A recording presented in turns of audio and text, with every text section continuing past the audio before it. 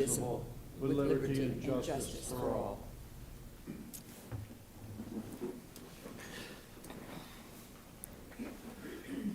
I now call this Board of Zoning Adjustment meeting for Brevard County to order for our meeting of June 18th, 2025. Are there any staff announcements before we get into the meat of the? No. Okay. Next order of business is here for the board. We have our meeting minutes that were distributed. Do we have any additions or corrections, edits? No. Okay, I need a motion to approve the meeting minutes. I make a motion to approve the meeting minutes. I need a second. I second. Sorry. So we have a motion by Dr. Bass to approve the meeting minutes of the previous meeting of May 21st, 2025. We have a second by Ms. Clemens. All in favor, say aye. Aye. Aye. Any opposed? Okay, motion passes. Mr. Bodie, could you give us a reading of the function of the Board of Zoning Adjustment? Yes, Mr. Chairman. The Board of Adjustment is a quasi-judicial body established by the Board of County Commissioners under Chapter 62, Article 2, Division 4 of Brevard County Code. The Board of Adjustment is empowered to hear requests for variances to the zoning regulation and the sign regulation in Chapter 62, Article 6, and Article 9. Pursuant to Florida Rules of Appellate Procedure, any person or persons jointly or severally agreed by any decision the Board of Adjustment may within 30 days after the date the order is signed apply to a court of competent jurisdiction for appropriate relief. Mr. Chairman, you have 7 items on your agenda today. Thank you, Mr. Bodie. Dr. Bass, could we have this second reading, which is the definition of an undue hardship? An undue hardship. A variance may be granted when it will not be contrary to the public interest and where, owing to special conditions, a literal enforcement of the provisions of this chapter will result in unnecessary and undue hardship. The term undue hardship has a specific legal definition in this context and essentially means that without the requested variance, the applicant will have no responsible use of the subject property under existing development regulations. Personal medical reasons shall not be considered as grounds for establishing undue hardship sufficient to qualify an applicant for a variance. Economic reasons may be considered only in instances where the landowner cannot yield a reasonable use and or a reasonable return under the existing land development regulations. The applicant must answer a variance hardship worksheet with 6 questions. The Board of Adjustments will discuss these questions today with each applicant who has requested a variance. Thank you. I will now address the board, our audience, and the applicants regarding today's procedures for this Board of Zoning Adjustment hearing. The Board of Adjustment, as a quasi-judicial board with members appointed by the Brevard County Board of Commissioners, will utilize Robert's Rules of Order to conduct its proceedings. The chair is asking all board members not to ask questions while the applicants are making their initial presentations. Once the applicants have completed their presentation, we will begin board questioning with the board member who represents the applicant's district. When concluded, questioning is open to the full board. The chairman will recognize each board member in turn. Once all board members have completed their questioning, we will then open the floor to the audience who may be here to speak concerning the applicant's application. Anyone from the audience wishing to speak will be given the opportunity to address the board once and only once, no repeats. At the conclusion of that public comment, the applicant will be given additional time for rebuttal as well to present their final comments. Once completed, no further comment will be heard from the applicant or the public. At that point, the action moves to this side of the bar, and the board will discuss and take action. We will not use a timer for this meeting. Instead, we are asking each speaker to be concise in what they have to say. It is important that you stay on the subject and avoid information that is not relevant. And I'm going to add here, it looks like a large audience today, so I'm going to be mindful of maybe cutting you off if I determine that you're getting into too much side extraneous information that's not going to be relevant for the board to make a decision. All persons speaking must provide their name and address for the public record. Those wishing not to verbally state their address may ask the clerk at the podium for an address card. Please fill it out and return to the clerk. Are there any questions from the board regarding these procedures? No. Are there any questions from the applicants regarding these procedures today? Are there any questions from the other audience or speakers today regarding these procedures? Seeing no objections from anyone, we will proceed to what you're all here for, and that's the meat of the applications. So, Mr. Bodie, can we have our first applicant, please? Yes, item H1, Phoebe A. and David M. Slingerland request 3 variants to Chapter 62, Article 6, Brevard County Code for a principal structure, pool, and covered dock in an RU-1-9. Zoning classification application is 25V00016, located at tax account number 2408936 in District 1. Thank you. Applicants, please come forward, and I will ask you for your name and address and swear you in before you do your presentation. So, first name, address? David Slingerland, 818 Heron Road, Cocoa. Okay, you're going to speak as well? No? All right. Do you swear that the testimony you're giving us today is the truth? It is. Okay. You might want to pull the microphone up a little bit to you there. Yeah, I know it's a little unusual. But okay, go ahead, please. How can we help you? I'm here for a variance to legitimize the existing structure that we recently purchased, so we can put a new roof and fix leaks and things like that.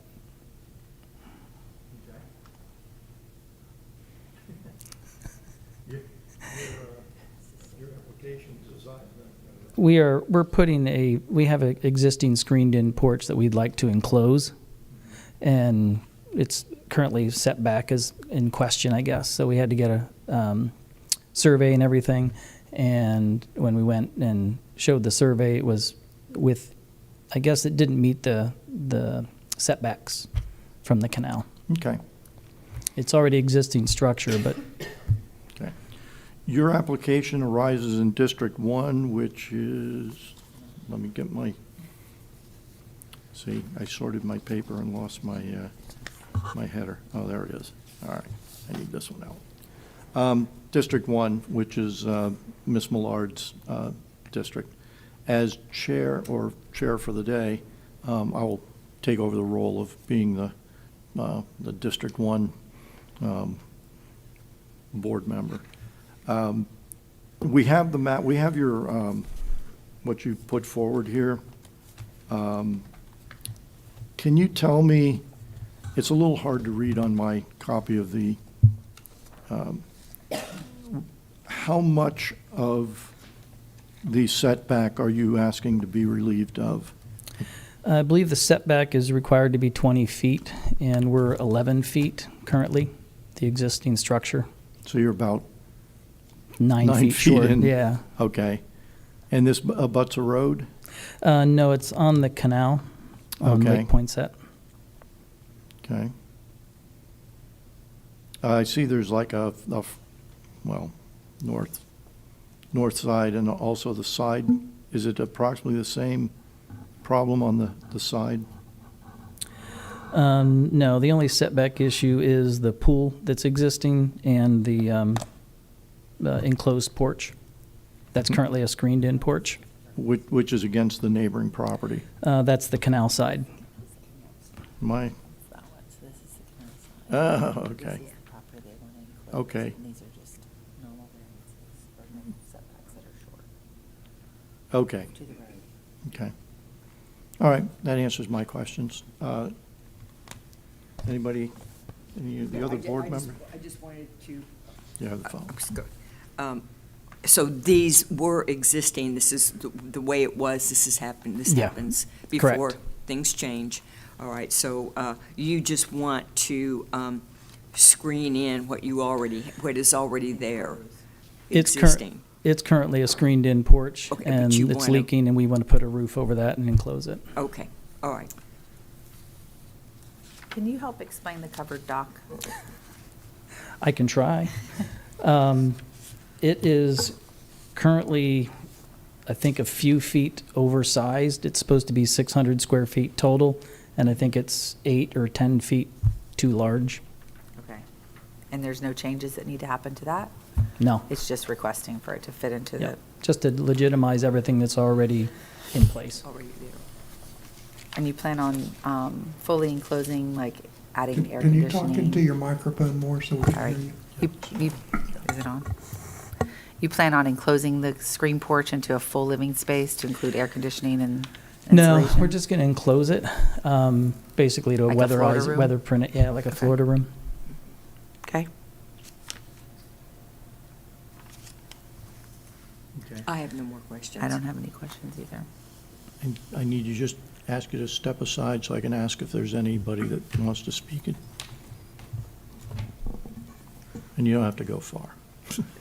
Is there anyone in the audience who wishes to speak in favor or against this application? I see no one raising their hand, so please come back if there's any last comment that you want to make. Nothing Okay. for me. Thank you. You may take your seat. Thanks. Okay. First thing we need is a motion to approve or disapprove. I'll make a motion to approve the variance as depicted on the survey with the revision date of, Mr. Bodie, what is the date on it? 04. April 4th, 2025. April 4th, 2025. Thank you. Okay. Do we have a second? I second. Okay. Do we have any board discussion on this? No, I don't, no. Pretty Okay. straightforward. Well, in that case, in considering this application, you need to keep in mind the hardship questions, and I will remind you what they are. In order to authorize any variance, the Board of Zoning Adjustments must find all of the following factors to exist: that special conditions and circumstances exist which are not applicable to other properties in the area, that the special conditions and circumstances do not result from the actions of the applicant, that granting the variance requested will not confer on the applicant any special privilege that is denied by the provisions of this chapter to other lands, buildings, or structures in identical zoning classification, that literal enforcement of the provisions of this chapter would deprive the applicant of rights commonly enjoyed by other properties in identical zoning classification under the provisions of this chapter and constitute unnecessary and undue hardship, that the variance granted is the minimum variance that will make possible the reasonable use of land, building, or structure, that the granting of the variance will be in harmony with the general intent and purpose of this chapter, and that such use variance will not be injurious to the area involved or otherwise detrimental to the public welfare. With those questions in mind, the board members can now vote. All those in favor say aye. Aye. Any opposed? The motion passes and the application is approved. Mr. Bodie, could we have our next applicant, please? Yes, application H2, Nicholas and Marie DeNoia. Request for variances, Chapter 62, Article 6, Brevard County Code for a principal structure and accessory structure in an RU-1-9 zoning classification.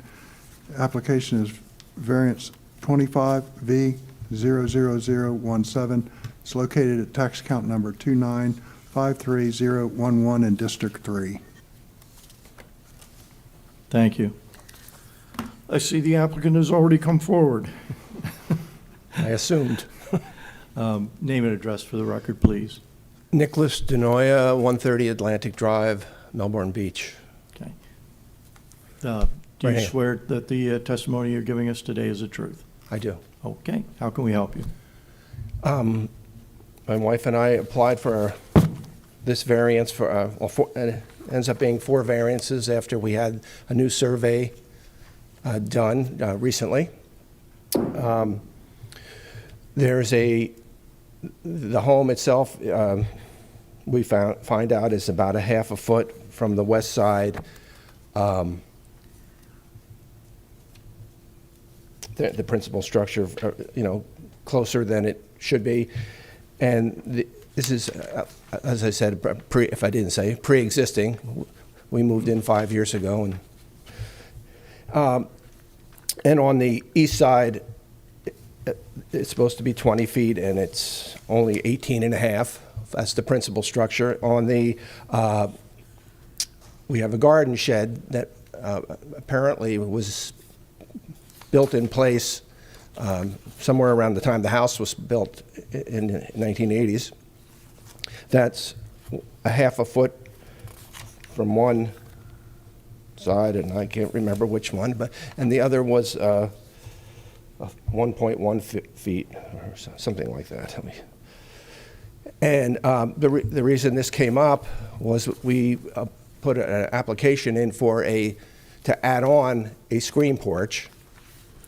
And during the application process, this came up. There was a deficiency, and we did think that maybe we could just move it, but we had a contractor come in, and he said, being as it was built in place, it would have to be demolished or unassembled, and it just was not a feasible idea. We thought that we used the shed, we fixed it up, painted it, put a new roof and gutters, and my wife made it kind of prettied it up, and it's like an asset in the backyard now. And we thought about moving it, but it didn't seem like it could be moved without unassembling it. And it's a stick-built thing. It's not like a plastic one you buy at Home Depot or something. Your application rises in District 3. Mr. Holmberg's not, I think it's District 3. Yes. Is that correct? Okay. I lost my menu. So I'll begin the questioning. Could you just summarize, so how much are you off of the variance? Like, are you a foot and a half too close on one side, half a foot on the other? Just You're talking about the garden shed? Or everything. Everything. Okay. Just in summary. 0.9 feet from the west side of the principal structure. Now, so you're closer by 0.9 feet than what's allowed? Correct. Okay, that's the kind of answer I was looking Okay. for. All right. And on the east side of the principal structure, we are 1.1 foot closer than the setback. Okay. On the garden shed or the other structure, it is, if I get this right, to allow 4.9 feet from the required 7.5 on the north setback of the accessory structure, and 5.5 feet within the 7.5 feet on the west setback. Okay. I know that's, if I said that right. Okay. Have you had any discussions with your neighbors I regarding did. this? There's 2 bordering neighbors, and they both didn't have a problem about it at all. Okay. They didn't give you that in writing, No. but you swore to tell the truth here, so I I'm going to did. believe you.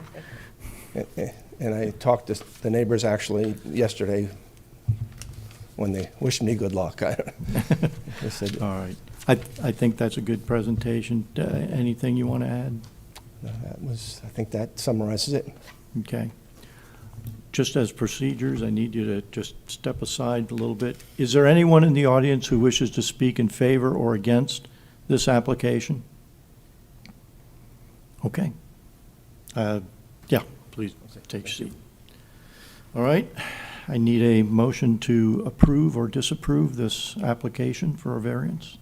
I make a motion to approve the variance as depicted on the survey provided 3/31/2025. I make a second. Okay. We have a motion by Ms. Clemens and a second by Dr. Bass to approve this application. Do we have any board discussion? I have nothing, no comments. I personally find these to be minor variances, so. Yeah. With that, let me read my my required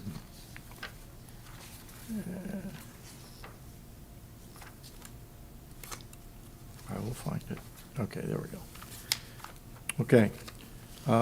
In order to authorize any variance from the terms of this chapter, the Board of Adjustment shall find all of the following factors to exist: that special conditions and circumstances exist which are not applicable to other lands, structures, or buildings in the applicable zoning classification; as the special conditions and circumstances do not result from the actions of the applicant; that granting the variance requested will not confer on the applicant any special privilege that is denied by the provisions of this chapter to other lands, buildings, or structures in the identical zoning classification; that literal enforcement of the provisions of this chapter would deprive the applicant of rights commonly enjoyed by other properties in the identical zoning classification under the provisions of this chapter and will constitute unnecessary and undue hardship on the applicant; that the variance granted is the minimum variance that will make possible the reasonable use of the land, building, or structure; that the granting of the variance will be in harmony with the general intent and purpose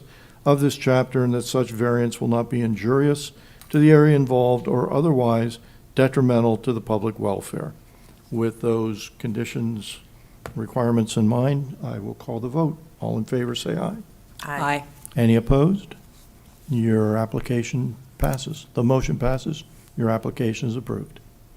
Okay. Mr. Bodie, could we have the next applicant, please? Yes, item H3, Robert Lawson and Christine Ann Brew requests variance to Chapter 62, Article 6, Brevard County Code for a dock in an RU-1-11 zoning classification. Application is 25V00018, located at tax account number 2606612 in District 4. Thank you. Thank you. District 4 is Dr. Bass. Would the applicant please come forward, please?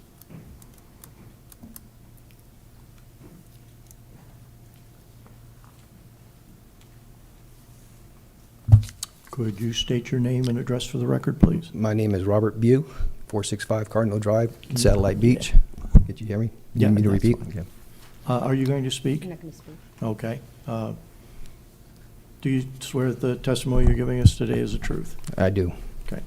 How may we help you? Yeah, I contracted with DC Marine Construction to build me a boat dock on my property. When they built the dock, they built it 1 foot past the authorized projection. The projection was 20 feet. They built it at 21 feet. And so the final build permit got disapproved. So I'm here asking for a variance for the 1 foot difference to get the permit approved. I tried to work with DC Marine to find other options. However, they refused to accept responsibility and cease communication with me. And right now, I got a boat dock that I can't use. I can't put a lift on it or do anything else with it. And if I decide I want to sell the property, I can't sell the property because I got an open contract with DC Marine. So I'm here asking for approval for the variance. Good presentation. Thank you. District, 4. Yes, that's my district. okay. Thank you. And I did go by and look at this property, and it is exactly what he says. We're 1 foot over. I saw 4 docks in your immediate area, and they are all of comparable size. In fact, the one behind you, I think, is a little bit larger. The 1 foot over code certainly does not impede the neighbor's view of the waterway, nor does it impede any boat traffic on the waterway. So you're not in harm's way of causing problems with anybody that's on the water. Therefore, I think that this is a reasonable request at this time. Do you have any questions? I have no questions. Just briefly, layman's terms, how did the 1 foot projection happen? And I've often heard about seawall repairs and things like that. Honestly, I don't think the contractor looked at the survey prior to starting. At first, he had me go back to the survey company and have him rechange the survey, and then on the phone call, he blamed your guys for not being able to add. So it's the contractor's fault. Okay. I don't know what he did or didn't do. I don't think he did. He didn't do his pre-analysis. Okay. Did you add a seawall as well? He did a seawall, and with the dock, it was all in one contract. The seawall passed, although there was some issues with that. We finally got that to pass, and then the dock was the last issue. When you did the seawall, was it 18 inches added to the existing seawall? Yes, the initial permit the contractor put in had, I think, 18 inches, and the county told him to pull it back to 12 inches or something, so he messed that up, which, of course, threw everything else off. Okay. Not unusual. We see a lot of that here. Any other questions for this applicant? No. I have none, no. Okay. Just step aside, let me do my procedures here. Is there anyone in the audience who wishes to speak in favor or against this application? Okay. I think you. Thank you. All right, thank you. Okay. Board members, motion to approve or disapprove, I think starts with you, I make a motion to approve this variance as depicted. as depicted in the revision dated survey of 1/28/25. Okay, do we have a Make second? a second. All right. It's Dr. 2/28/2025. The date is 2/28/25? Okay, Okay. Let the record. 2/28/25, let the record show, please. All right.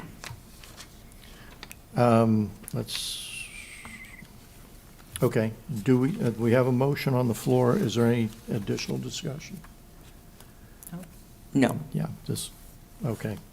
Let me read the 6 qualifiers. In order to authorize any variance from the terms of this chapter, the Board of Adjustment shall find all of the following factors to exist: that special conditions and circumstances exist which are not applicable to other lands, structures, or buildings in the applicable zoning classification; that special conditions and circumstances do not result from the actions of the applicant; that granting the variance requested will not confer on the applicant any special privilege that is denied by the provisions of this chapter to other lands, buildings, or structures in the identical zoning classification; that literal enforcement of the provisions of this chapter would deprive the applicant of rights commonly enjoyed by other properties in the identical zoning classification under the provisions of this chapter and will constitute unnecessary and undue hardship on the applicant; that the variance granted is the minimum variance that will make possible the reasonable use of the land, building, or structure;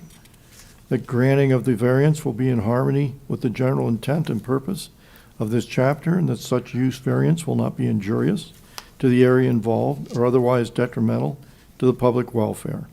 With these 6 criteria in mind, I will call the vote. All in favor, say aye. Aye. Any opposed? The motion passes and the application is approved. Mr. Bodie, could we have the next applicant, please? Yes, item H4, Michael J. and Elizabeth H. Witkowski requests 3 variances of Chapter 62, Article 6, Brevard County Code for a principal structure in a BU-1-A zoning classification. Application is 25V00020, located at tax count number 2501703 in District 2. Okay, thank you. Would the applicant please come forward?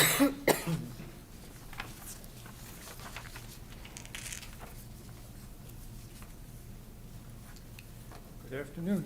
Good afternoon. Name and address for the record, please. Michael Witkowski, 905 South Courtney Parkway, Rhode Okay. Island. Are you going to speak? No, okay. Do you swear that the testimony you're giving us today is the truth? I will. Okay. How can we help you?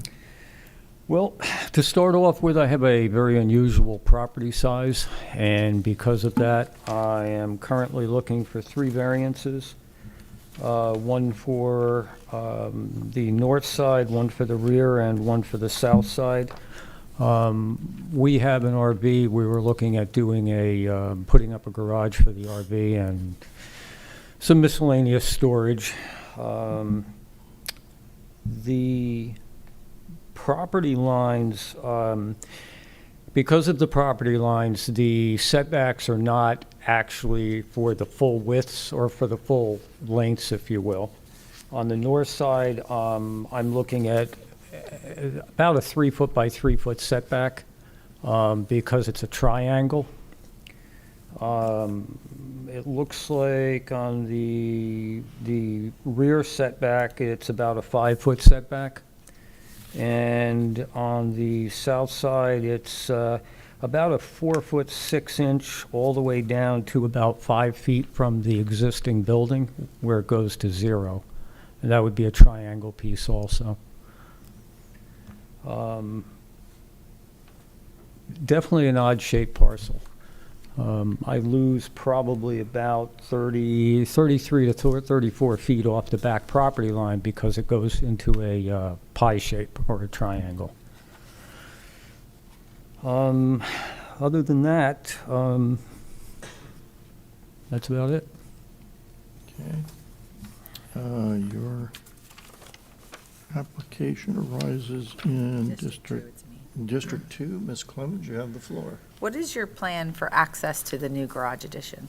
Right in the garage, the driveway we have now going into the back. It's So this structure or this right here? may I? Yeah.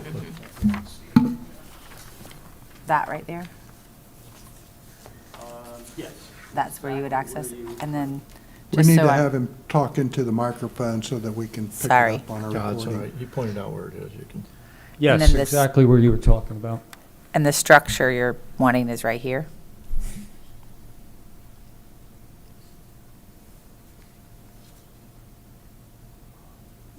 Yeah, you can just circle it.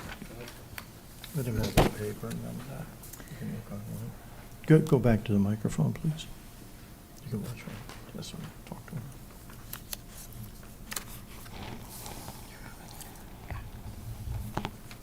No, it's fine. Stay at the microphone. We'll Doesn't share. matter. We'll share. I'm just trying to figure out if it would impede on the school No, for access. absolutely not. Okay. The school does not have any access to that property. There's And a then fence there. And there's no exit from the back of the property to the school parcel, correct? No, And there's no plan for that? no, absolutely not. Okay. Dr. Bass, do you have any questions? Oh, I'm sorry. I think I have one more. I'm looking at the white structure that's on your parcel. What is that? You see the long rectangular white parcel or white structure? Speak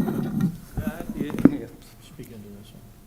That is actually not on my property. That used to be a mobile home that was removed by the school district. Okay. So the lines are just skewed on this particular The picture. lines are definitely skewed, no Okay. two ways about it. So I the, don't- the go ahead. structure we were looking at is going to be behind the existing structure for the Building. house. Of the house. And we were just going to add to that 3 new walls. Meaning you're going to use one of the walls of the home? Correct. Okay. Okay, I'm good. I don't have any other questions. Dr. Bass? I don't now. The only question I had was on the white building there, so that's the only one I had, and that's been answered. Thank you. Those lines often come off the property appraiser lines, and the photos often don't line up. Thank I have you, no yeah. questions. Procedure-wise, I need you to step aside for a second. Is there anyone in the audience who wishes to speak for or against this application? If not, I do have one.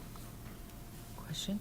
Yeah, I was thinking, and being as old as I am, I lost it, so come on back. Okay. Any last words?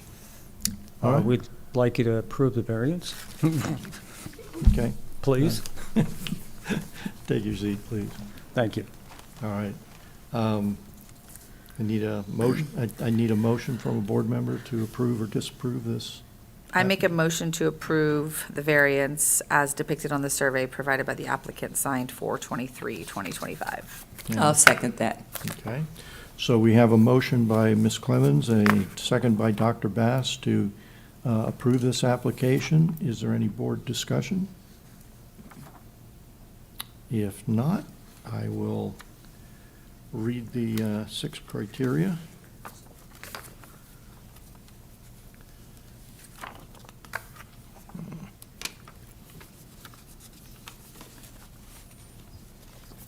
Honestly, this reading of the 6 criteria is the most work I do at this meeting.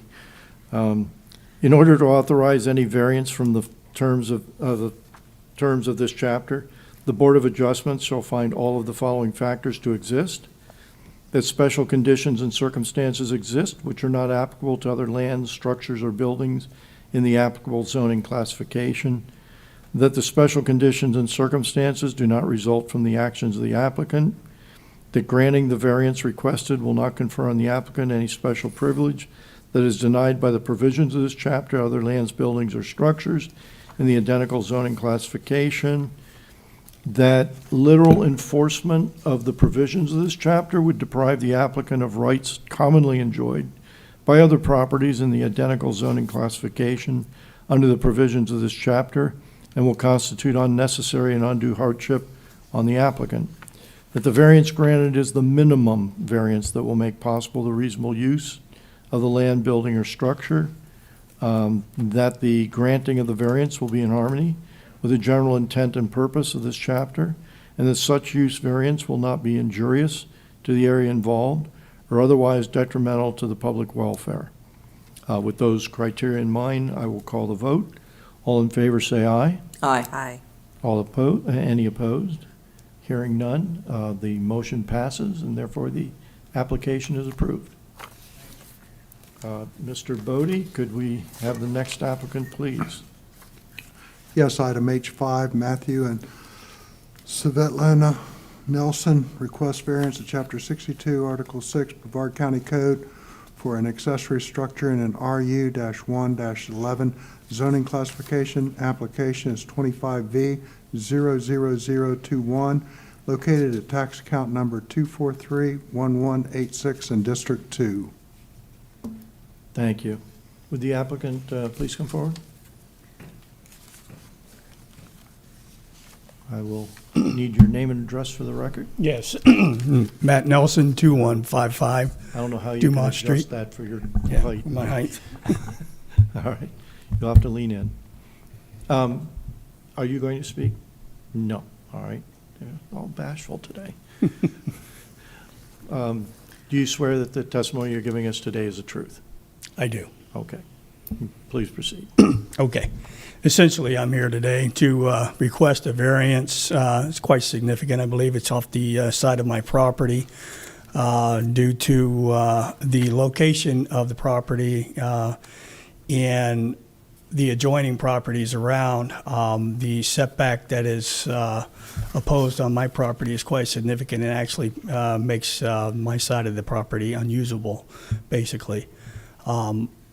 I did come into the area with the apprehension that I would be able to build a RV carport there. It's not a full structure. It's just a roof structure, no sidewalls or anything like that.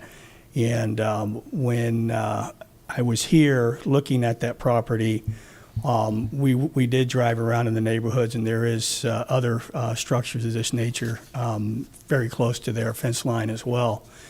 And so as I looked at this, we decided that this was the right property. We were able to come in. We did permit to move our fence to our property line. We did receive that from you. And so now we're requesting if we can install our carport just inside that fence line to allow for my RV and my tow vehicles. I did reduce the size of the carport to the proper size, and I'm maintaining the setbacks all around. And I've also moved some other structures around to make sure that I'm within code. Okay. So your structure is just an open-air cover? Yes, ma'am. Yes, ma'am. And it is within the fence line that has been Yes, ma'am. approved and you put in? Yes, So ma'am. it's within that? Yes, All ma'am. right. Do you have any other questions? Oh, I'm good. You good? All right. I think so. She looked at. Oh, The structure in the picture is your RV, in fact, correct? Yes, ma'am. Okay. Or the Yes, the one thing I that's see baking in the in the sun, picture yes. is the RV. Yes, yes, ma'am. We're good, we're good. Approximately when did you come in for the fence relocation variance? 2 years ago. Okay. Yeah, I've been at this process for a little bit, so, and then I took a break because I was thinking, oh my gosh, they might not give me a variance. But then, as I started talking with my neighbors, because all my neighbors approve this, I came into the neighborhood, I've really improved the property all around, beautification, all for the street and everything else. I've been doing a lot of work on other people's homes. And so they just said, hey, you just need to go for it. Okay. So that's why I'm here. I love Banana River Drive. And That's as where I, live. as I asked the other gentleman, how much are you actually encroaching on the setback? What's the dimension? That's A the lot. issue. It's to my 93%. property fence, so it's 14 feet, It's the entire setback, 1 foot less. 1 foot less, so, okay. Yeah, because, it's unfortunate the way that piece of property is, whereas my neighbor down at the other end, his right-of-way to his property line allowed him still a 20-foot area to be able to build on. And I was, I don't know, it's just the way the developer Situated. put that particular development together. Looks to me like it fronts on a road. That's correct. Okay, all right. Did you add the driveway? Excuse me? Did you add the driveway to the side The yard? pavers? Or is that what The paver front, yes. Okay. Mhm. Okay. Procedurally, I need to ask you to just step aside. Is there anyone in the audience who wishes to speak in favor or against this application? Seeing none. Any last comments, words? You good? All right. Thank you. Thank you. Please take your seat. This arises in which district? I make a motion to approve the request for variance as depicted on the survey provided by the applicant, signed 4/25/2025. I'll second that. Okay. We have a motion to approve by Ms. Clemens. We have a second by Dr. Vass. We have a motion on the table then. Do we have any discussion? No discussion, All sorry. right. No. If no discussion, you're going to put me to work here. Sorry. Time to read. Time to read. All right. So, when we vote on this motion for the application, we have to keep these things in mind. In order to authorize any variance from the terms of this chapter, the Board of Adjustment shall find all of the following factors to exist: that special conditions and circumstances exist which are not applicable to other lands, structures, or buildings in the applicable zoning classification, that the special conditions and circumstances do not result from the actions of the applicant, that granting the variance requested will not confer on the applicant any special privilege that is denied by the provisions of this chapter, to other lands, buildings, or structures in the identical zoning classification. That literal enforcement of the provisions of this chapter would deprive the applicant of rights commonly enjoyed by other properties in the identical zoning classification under the provisions of this chapter and will constitute unnecessary and undue hardship on the applicant. That the variance granted is the minimum variance that will make possible the reasonable use of the land, building, or structure. That the granting of the variance will be in harmony with the general intent and purpose of this chapter, and that such use variance will not be injurious to the area involved or otherwise detrimental to the public welfare. Keeping these in mind, I'll call the vote. All in favor say aye. Aye. Any opposed? The motion passes and the application is approved. Okay. Mr. Bodie, could we have the next applicant, please? Yes, item H6, Ryder James Wertin and Kelsey Lee Shepard request variance of Chapter 62, Article 6, Brevard County Code for an accessory structure in an SEU zoning classification. Application is 25V00022, located at tax account number 22022762 in District 1. Thank you. Applicants, please come forward.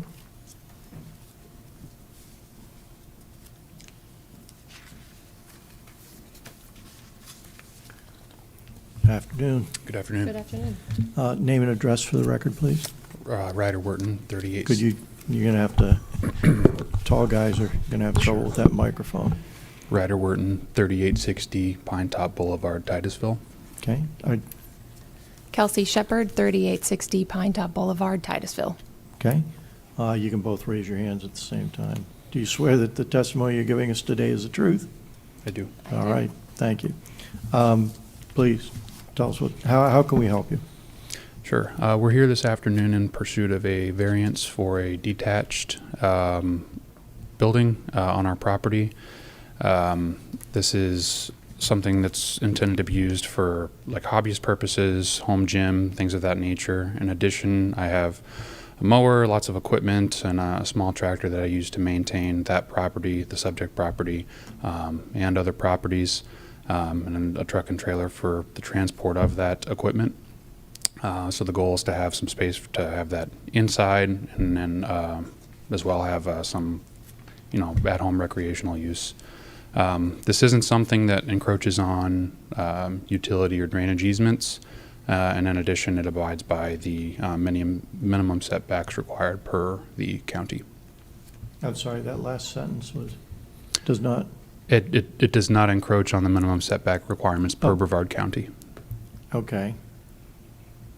So it's just oversized? That's correct. Okay. Butting in there. Your application arises in District 1, which is our chair, our real chair, who's not here today, so I'll take up that role. You mentioned that you had a trailer for the lawnmower and stuff. Are you in the business of? No, this is exclusively for private use. Okay. And do you have any? Have you spoken to the neighbors about this? I have a few neighbors immediately adjacent. I welcomed to the property, and we actually walked the subject area where the proposed structure would be. I think we've had a couple missed connections with other neighbors adjacent to the property as well, but there's been some communication, yes. Okay. Has there been any negative communication? Sure, yep. They don't like it? No, I don't believe so.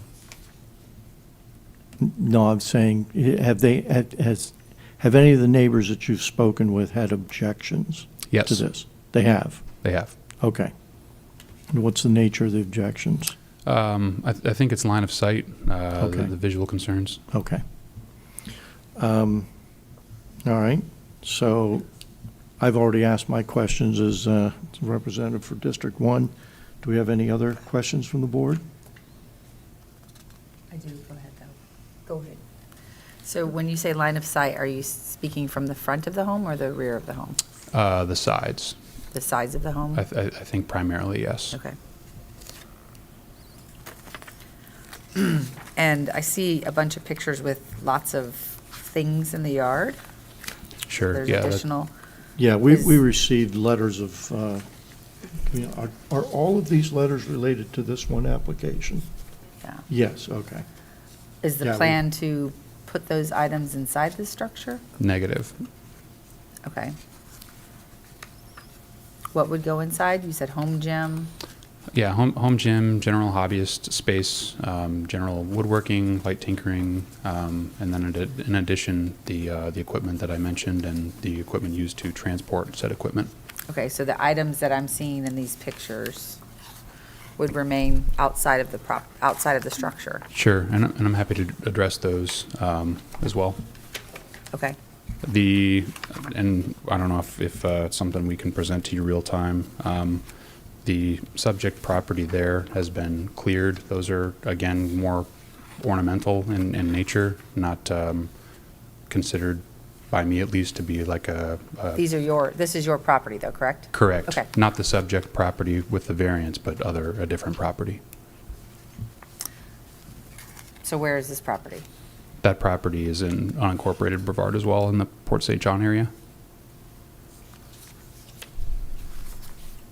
I guess I'll have to ask why we have these. These came in as objections. So I understand that. Why are we looking at these pictures and they're not related to the property? Ah. Okay, We're being presented with Okay. what was delivered. okay. So finish what you were saying, I'm sorry. That this is a completely different property and this will stay as such. That is correct. Not exactly as such. That has been cleared since whenever those photos were taken. And I'm happy to share photos of that to depict. Okay. And there's no current code enforcement on the subject property we're talking about? Not to my knowledge, no. There has not been in the past either. When you say the other property's been cleared, I see that there's vehicles, looks like abandoned vehicles in some of the pictures. Yeah, that's. Are they on the other They non-pertinent were, yes. But you've cleared those away? That's correct. Okay. Any other comments, So- questions? Give you some time So for there's thoughts. Yeah. two pieces of property? Explain it to me again one more time. I'm having a hard time with this picture. So you're putting a separate building. The subject property that this variance is filed under is where we are pursuing the separate building. Separate building. Secondary structure. Okay, which is behind the other property, which has your home on it? That is correct. All right. And then this will be, as you said, this will be an additional building. It'll be 1 story or 2 stories? It's not intended to be 2 stories. I think there were some concerns with that as well. Typically, 2-story buildings require an 18-foot eave height. We would not be that high. It's also not intended and never has intended to be an accessory dwelling unit, an ADU. This is just a detached building, not built out for livable use. The detached building, and it's and the purpose is? The purpose, again, would be just general hobbyist use, the storage of the equipment used to maintain the subject property that this variance is tied to, in addition to the other 2 properties, and then the equipment used to transport that equipment, as well as a gym. And this building is closer to the property, is close to the property line. There's no variance request for But the. it's- That's the what it's location. for. It's for the, no. No, No. size, The variance request is not for the the size. distance. Oh, okay, all right. It's 900 square feet too big for what's allotted for the lot. It's not for the location But of it. Thank you, that helps. I was, Talk to me about the trees. I see quite a bit of foliage in this section where you're trying to put it. Sure. Previous owner had the property for a couple decades, and if you go way back in time, you can see that they were clear. There's actually sprinklers inside of all these vines. I think most Brevard residents are aware of the invasive pepper trees of sorts and the kudzu-esque vines that that climb up and suffocate that vegetation. The wall, the tree line on the east side of the property, it is very dense, and it's comprised mostly of those pepper trees and those vines. In addition, they've crawled up on top of the mature trees as well, large magnolia trees on the property. And throughout time, we've just made a diligent effort to cut those out so that those resident trees can thrive. There's no plans to remove any vegetation that would not need to be displaced So for the nothing erection. needs to be taken down to do this accessory structure? There's a small tree island near it, but the footprint of the proposed building location is, the vast majority of it is those like pepper trees or invasive, just overgrowth. What's your plan for access to the accessory building? The accessory building would be biased towards the east side of the property, which aligns with the driveway, which minimizes additional driveway length wrapping around the property, which I think would affect drainage and further impact to the property as well. So the access would be just a natural approach directly to the building. I don't know if that would be rock or bark or pine needle, something like that aligns with what's written in the in So the there's no plan for documentation. driveway or pavers? Not a paved asphalt or concrete, at least not at this time. Okay. I think that gets my questions. The access to this building is behind your house, through your house? Correct. Okay, so there's no roads behind the property that back here? That is correct. There's a utility and drainage easement that runs the length of the rear property line, Okay, but there's no access road or any sort of right-of-way, platted right-of-way in that area. all right, so you'll be coming in through the front, past the pool, and then out to your new facility? It would be around the right. Do you mind if I point it out? Would that be helpful? No, That's okay, he's going to come this way. right there. okay. Yeah.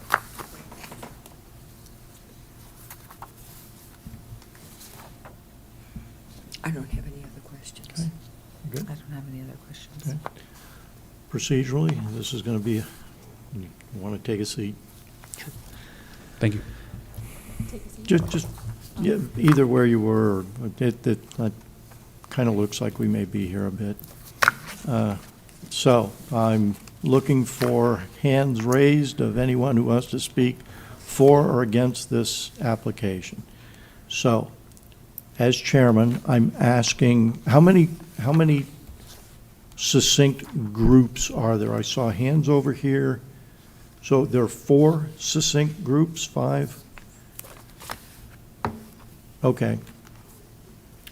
I'm the president for the Evergreen Community Association, so I think some of them are residents, so probably have one argument against, and then Tony's from the other neighborhood is one platform. Yeah, what I'm looking for is it looks like you have maybe a dozen people here. Is it possible that someone could speak for a subgroup, like who we have? Okay. I don't mind if you come forward, but whatever. Sir, why don't we just start with you? Yeah, you come forward. Either one. Let's get started. Good afternoon. Okay, I have a couple questions. First is Yes. name and address for the record. Name and address for the record. Anthony Russell, 3885 Lost Street Court. I'm in the Hidden Hills subdivision adjacent to the Evergreen subdivision. Okay. Second question is, raise your hand. Do you swear to tell the truth or that the testimony you're giving us today is the truth? Yes, it is. Third question, are you speaking for or against the application? I am speaking against the application. Against the application. Okay. With that settled, please, go ahead. Thank you. I believe you probably already have copies of my presentation. I do. We have a bunch of have letters a in lot. presentation. Anthony, okay. Anthony Yes, Russell? We have it. You do have that? Okay. Yes. Sir, could you please speak? Yeah, you're going to have to adjust the Thank you. microphone there. I'm going to go point by point. Upon review, I'm within 200 feet of the property, so I received a notice. for a variance request by Mr. Wertin. I reached out to him. He was not able to respond back to me. I did want to discuss that with him. The desired building, when I started to do public research because he wouldn't communicate, I was concerned about the height because having an accessory building myself, I know that 18 foot is all that's necessary to achieve a 14-foot clearance on a garage door for an engineered building. And so that's more than adequate. Anything above that would raise concerns that maybe he wants to do a second floor dwelling. He would need an additional couple feet at minimum to achieve that.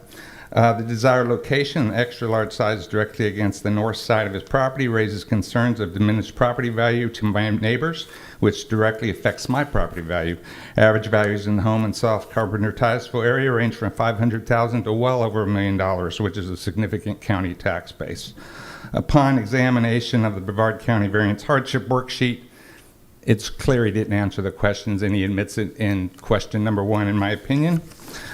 He did not directly answer the other questions, and much of his answers repeat in general because they have one, why can't I? Mr. Wertin purchased his home in March 2025 and immediately planned a request for this variance. The law is clear that the buyer receives a signed copy of HOA rules when he buys. The appearance is that our neighbor does not intend to abide by the Evergreen HOA covenants he signed up to. I will not further speak on behalf of the Evergreen neighborhood. Brevard County Public Records, based on me doing public records research, shows that Mr. Wertin also owns 2 properties in Port St. John at 6827 and 6839 Ackerman Ave, Cocoa, a home and adjacent vacant lot. Aerial pictures of said property are of a concern. Upon a drive-by of said properties, you can see numerous portions, I estimated 10 to 12 vehicles not actively tagged, and stacks of automobile tires. Much of this is visible from the neighborhood street. Some vehicles are stripped of major parts down to the frame, and overgrown vegetation is visible. These pictures were taken within the last 5-7 days. I am told that a smell of motor oil is present at that location, which brings up environmental concerns because in my neighborhood, we actually are one of the few areas in Brevard County that have drinkable well water.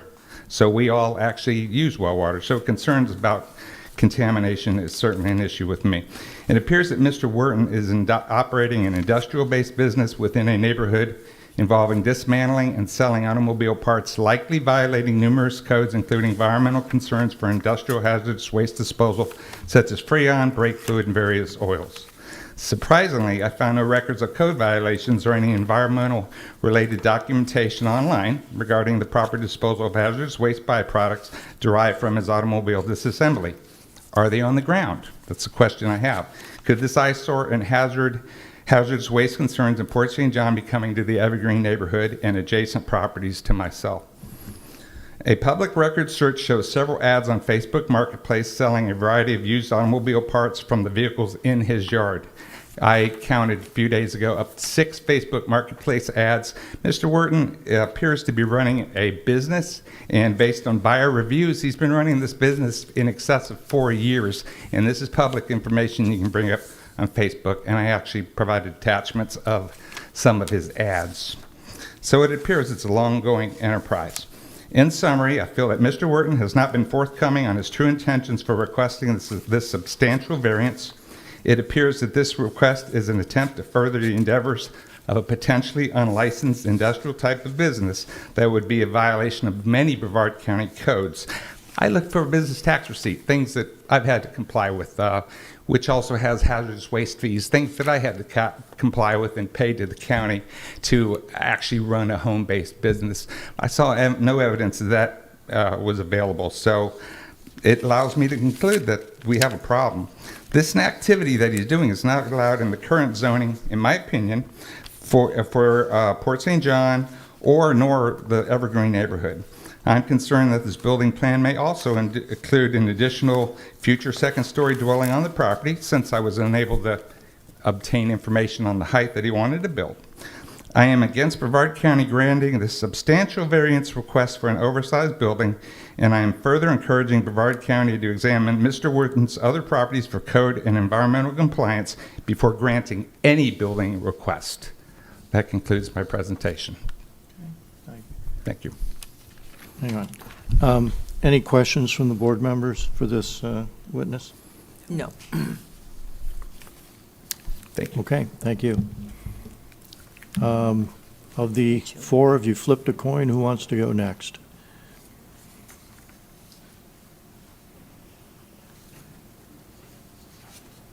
Who gets like official copies? How many copies do you have? I don't think we do have that. You need to give one to staff. We can share this one, if we don't already have it.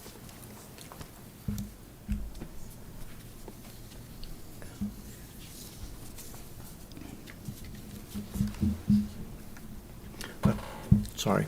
Name and address for the record, please. John Myers, 1221 Sandpine Circle, Titusville, 32796. Okay, and you say you're representing? I'm the current president for the Evergreen Community Association. Are you representing them, or are you here as a person? I don't know. I think we've got several members that would like to speak. I'm just going to wrap up the top level. Okay, we'll take you as a individual. Okay. Private person. Okay, now I need to swear you in. Okay. Do you swear that the testimony you're giving us today is the truth? I do. Okay.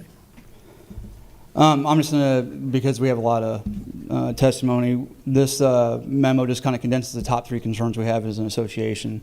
The first one is in relation to the hardship variance, question number 5, where it's asserted by Mr. Ryder that we've granted or had variances in the past in the neighborhood, and that's false. No structure that has been built has required a county variance to this point throughout the 44 homes in the neighborhood. Typically, we have a design committee review that anything above a 700 square foot outbuilding goes through that. That process was initially done. However, after examining concerns of the neighbors, that was rescinded, which is the second document you have there. Flood mitigations are our next big one, and several of our members, to include my house, are on the tail end of the floodplain that feeds down into Ramblin' Acres to our south and eventually to Fox Lake. For instance, last year, somebody in Ramblin' Acres bound up a drainage easement and then it backed up water. So our concern right now is that a building this large in size could potentially throw off the storm system in the neighborhood and exacerbate some of the flooding issues we have right now. And to that end, if this variance is granted, we do request some kind of flood survey be done to make sure that it's not going to overwhelm the current storm system that's been there since the early 80s. The third point, environmental impact, there are gopher tortoises. We believe gopher tortoises are big, but there's a lot of wildlife in the area. If you look at the covenants for the community association, this was always built to preserve as much national landscape in that area. As Mr. Anthony said, that we are on Titusville's aquifer, so any kind of contamination would be a concern or impingement on flora or fauna in that area. And so to that end, we would like an environmental view done as well as the impacts of the structure on any threatened species in the area that we think are in the area. That's pretty much the top three. Do you have any questions? Yeah, yes. Can I start? Yeah, sure. So you made a couple points there, and I want to question. His structure is not on the setback drainage easement. So you said there was concerns that it may impact the drainage. Yeah, the concern on the flood, and I think we've got another gentleman here who's my neighbor who usually suffers from the flood issues, is that with a large concrete 2,600-foot structure, which is as large as some homes in the neighborhood, that's going to reduce the ability for the ground to absorb water and then cause faster runoff, which will eventually work its way into flooding some homes. Okay, so you're concerned about the impervious Yeah. impact, okay. Yep. I saw pictures and you mentioned gopher tortoises. Is there any evidence of gopher tortoises on that I did not particular observe some. I property? know the two adjacent neighbors say they have observed some in the area, but I haven't gone out and looked for sand holes or anything. But that's something that I think has to be done at some point before any kind of variance is granted. We know of one, which is in about 300 feet of this property. On the structure site itself, there are no I don't know. I haven't burrows. observed it. That was just a concern that was raised to Okay, me. all right. Third is, I keep asking you questions about environmental, but it's beyond the purview of this board. We only look at the zoning regulations, so I appreciate your concerns, but for myself, I won't take those into account Understand. regarding the zoning. Okay. All right. Any other questions? I'm sorry, I did Yeah, cut you off. No, you didn't. You mentioned something in the very beginning when you were going over point 1 about it being approved, and then the letter. Yeah, so Can when. you explain that? Because I don't So think that I when he caught moved it. in, he sent the design request to me, and the way this works is I, as a president, like the entry point, then it goes to our design committee review for review. I think part of the problem is when it was put in, the diagram was not to scale. So when they looked at it, they didn't really understand that a 40 by 60 equated that large of a structure. So when we did an on-ground walkthrough with Mr. Wertin, 150-foot backspace of his property, this takes up 60 feet of that. And that kind of puts it in perspective. And then you start getting adjacent property, neighbor sight lines with current vegetation. They're going to be able to see it from their pools and their decks at a So minimum. initially, it was approved. It was, and then By that's the the association. recension, once we got feedback from the community that there's a lot of issues that weren't identified during the Who was the party that process. approved it? Well, I mean, Richard Jafarian is the current committee chairman, but he signed recension too. Okay. And this is, just out of clarity, it's going to be a 2,600 square foot. It's not, it's 990 square feet greater than what is allowed. For the variance, yeah. And it's almost 2,000 more than the actual HOA allows. Our limit in our covenants is 700 square feet, Okay, and then you have that's to what go I in was- to request permission to build a bigger one. That's what I was, Okay. yeah. Explain your association. Now, this is a homeowners association, or is it how does that differ from a community or?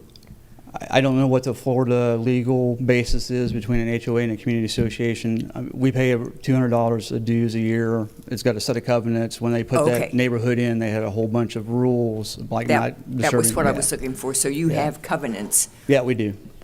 All right. And they've been filed with Tallahassee probably since 1984. Correct. So. I live in a homeowners association, so I'm very familiar with the rules, and they have rules. I noticed here you have a certificate signed by 24 members of the. How many homes do you have in your association? 44, 44? of which one is unoccupied bank-owned, and then a couple are seasonal folks that are not home all the time. So 24 of your 44 members have Yes, ma'am. signed the certificate against it. Okay. Well, some of them are husband and wife, just so you know. Are they? Looks like it's, Is it by address or is it by name? let me Is just check. it because it's- 24 addresses or 24 people? It's 20. In the neighborhood? No, the certificate. I don't know what list you're referring to.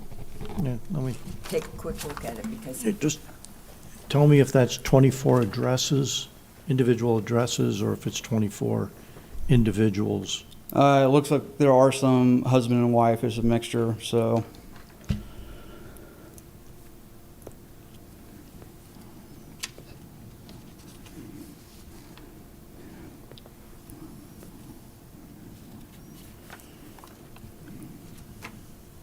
Looks about 20. 20? Total. Okay. 20 of the, how many residents? 44. 44? Okay.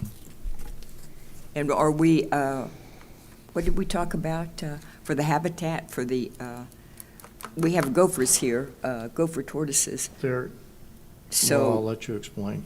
So if you go about 200 feet down the main entrance in the road, there's a designated, burrow for one of the tortoises. The concern is that we need to make sure there's no impingement of their current, feeding areas or transit routes. And the water that may, And the water. Yes, and the ma'am. water that may be affected? I'm not an engineer, so I'm not going to get into technical terms, but the When you inability for that section of ground to absorb the water.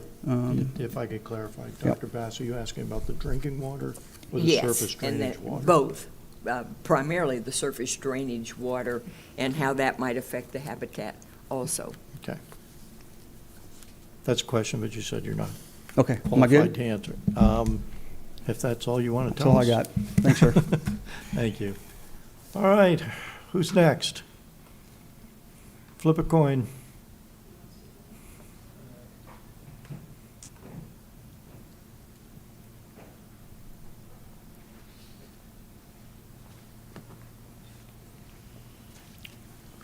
We often have many people come forward to speak on these, but Yeah, you're getting more than you expected. I get that. My name is Raymond Krieger. I live at 3840 Pine Top Boulevard. I am his immediate east neighbor. This is my wife, Sharon. Sharon Krieger. She lives at the same address, of course. okay. Are you And speaking for or against the application? I am speaking against it, sir. Against, okay. Right. Now, you can both raise your hand at the same time. Okay, we both have. Do both of you swear to the testimony you're giving us today is the truth? I do. Okay. All right, so we should get started here. Yes, please. If you don't mind, I would like to read a letter from my neighbor who is in Canada for the summer, who wrote it. His name is Bill Tootle. He lives at 3860 Pine Top, 3820 Was- Pine Top Was Boulevard. that letter included with our It may packet? have been included. Do we know if it is or Say his not? name again? Bill Tootle, I Bill- sent it Mr. William yesterday. Tootle. Yeah, I If you think don't we have that, I have it here. You are free to read it. However, a copy of that has to go to our staff Certainly, he can have my copy anytime. when he you're wants. done. Okay. Okay, tell us his basically, Mr. Tootle says, Sorry, I reviewed the. No, wait. Where's Okay. his location to the property? He's adjacent to ours to the east. Okay. So he's within probably 50 yards of the proposed structure, Okay. maybe a little bit more than that.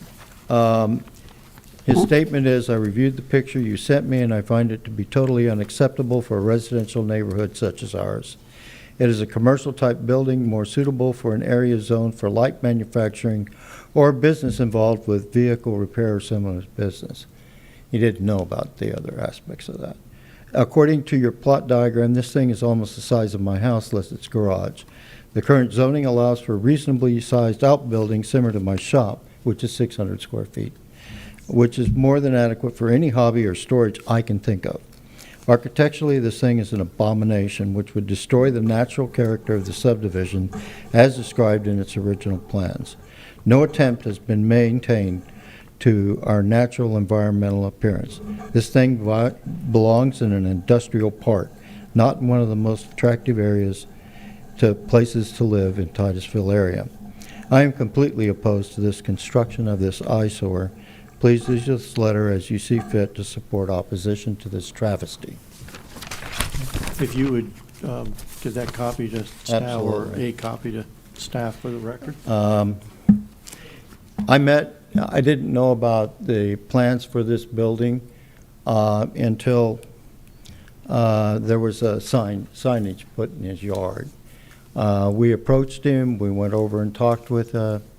Wertin, and basically he was not straightforward in the purpose of this building, the size of it, and I found myself concerned about his dissembling, to be honest with you. Concerned He about also- his what? His dissembling dishonesty. And the other part of that is, we talked about taking down these trees that, prevent us from seeing into his yard at this time. His statement was, I'm going to take them down, and then, so you don't have to look at this, I'll plant more trees. It's fairly obvious that a building of this size and this structure will be visible to us for a decade or more before any vegetation will or will not obscure it. Furthermore, I could go through the 6 items that are listed in your variance.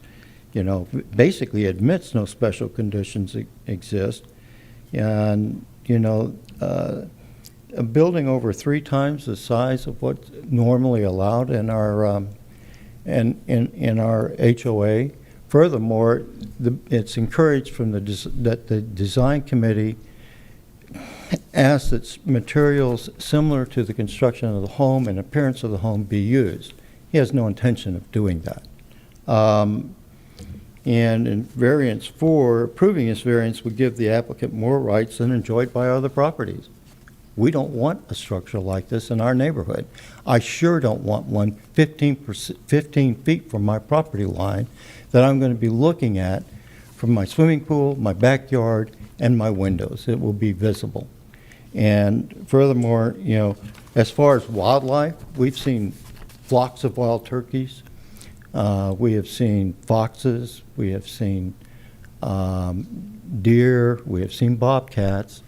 And our neighbor that already spoke has seen at least 3 gopher turtles near that property. So I am vehemently opposed to this, all right? And I have good reason. I think his variance is ridiculous, to be honest with you. I don't even want to go into the details because I don't want to hold you up. Appreciate that. I think the audience appreciates that as well. So then I have a little something that I wrote. We moved to Evergreen approximately 25 years ago to live in a natural, quiet neighborhood. Evergreen is an environmentally sensitive community. We are on well water and septic. Our HOA limits accessory buildings to 700. The 2650 square feet proposed structure is not suitable for our neighborhood, and height of the proposed subject has not been disclosed. The proposed metal building is completely out of character in our natural environmentally sensitive community. Additionally, Mr. Wertin disclosed to us that he intends to cut down all of this shrubbery. We asked him, how long do you plan on living in this home? And he said 6 years. So the impact would be our environmental open space and wildlife. Footprint of the proposed structure will not be in harmony with the neighborhood. It will cause extensive interference with and drainage to the currently natural damage to the currently natural landscape and airflow, noise, ground, and light pollution. Mr. Wertin's neighbors have already been disturbed by sounds of grinding metal and have made comments about a salvage business. Our tranquility will be negatively impacted by this industrial-like structure and its probable use. We are adamantly against this oversized metal building being proposed, likely for maybe in auto salvage purposes. Okay. So then, now you need this. Yeah, is your name and address on there? Yes, it is. is. Okay, yeah, if we I'll get get a it. copy to the staff. All right. Does anyone have any questions for this? No. If you need a copy of the HOA guidelines. No, that's No, fine. forget it. All right, thank you. You're welcome. Next.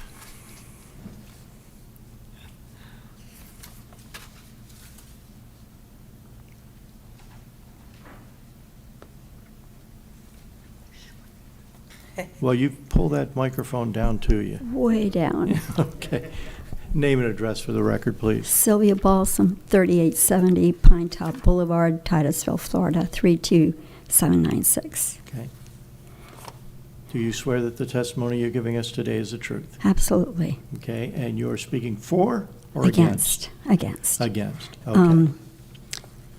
I am not good at extemporaneous talk, so I wrote this. However, it's under 3 minutes, I promise. In fact, I've already deleted stuff because some people have already indicated, their thoughts, which are overlapping mine. And jokingly, I'll tell you, you already used 30 seconds of an Sorry. apology.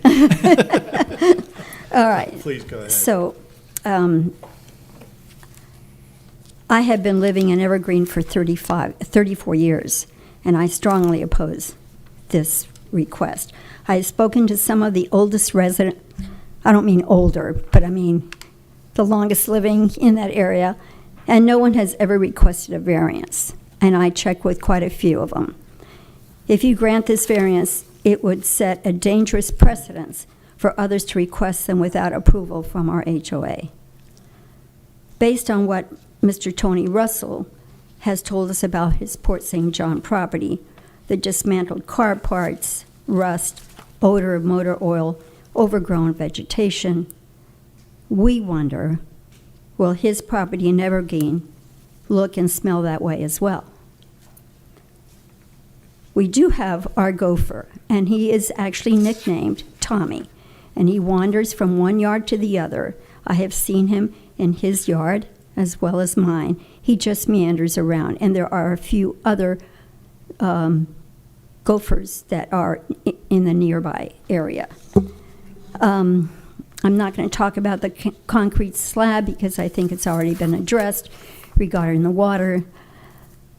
This structure will surely ruin my backyard view because I am adjacent to him on the west side, and I can easily see that property, and I believe I sent some photographs from my area. He also already has an existing shed, which was there, put up by Mrs. Parrish, the previous owner.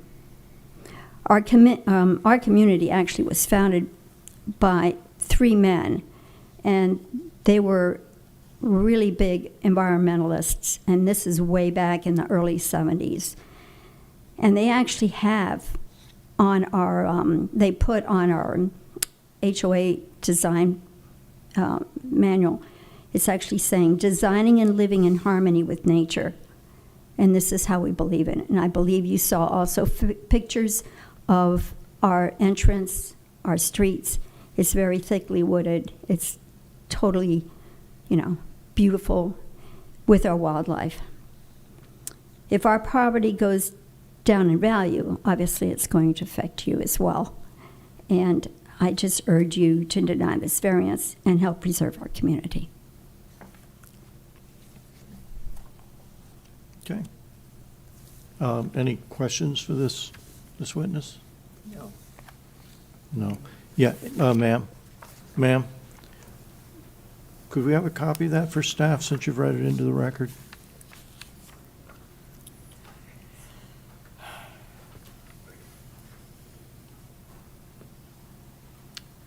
Thank you. Is there anyone else who wishes to speak for or against? I think I saw hands over that side, didn't I? Or how many more do we have? Could you, who else wants to speak?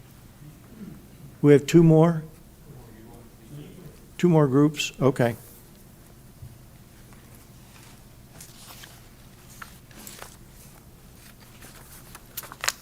So, name and address for the record, please. Tim Mantoyfel, 1217 Sandpine Circle, Titusville, Florida, 32796. Okay. Do you swear the testimony you're giving us today is the truth? Yes. Okay. Yes. Are you speaking for or against the application? Against. Okay. Try and adjust the microphone such that you're comfortable where you can speak into it. I guess. Can you hear me? We can now. Okay. I'm a homeowner and a full-time resident of Evergreen Subdivision. I'm speaking on behalf of myself and other neighbors I have spoken with regarding the proposed construction project of a 2,500 square foot detached, 18-foot tall, you want to call it 14, but by the time you put the roll-up doors in there, the gutter line's going to be at 18. Then you're talking about, higher yet for the gable, for the roof peak. With rolling doors located in the backyard of the residential lot.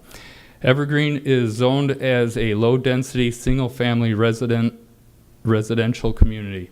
As such, it is governed by zoning regulations designed to preserve the residential character, safety, and aesthetic harmony of our neighborhood.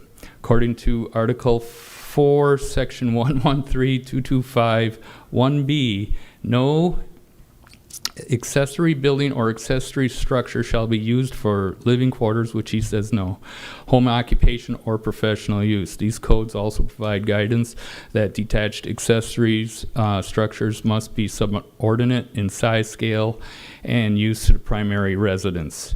They're, I'm a little nervous.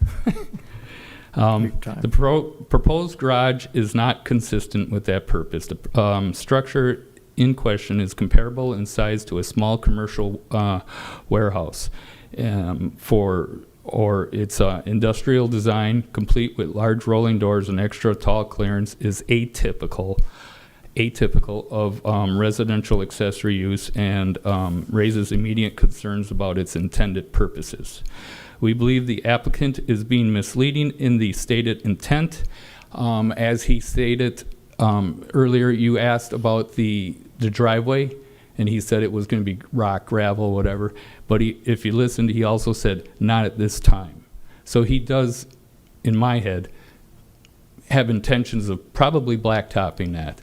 My main concern is I'm one of the neighbors that is affected by flooding in the area, and I do have 2 pictures on my phone, if you wish to see, of the backyard.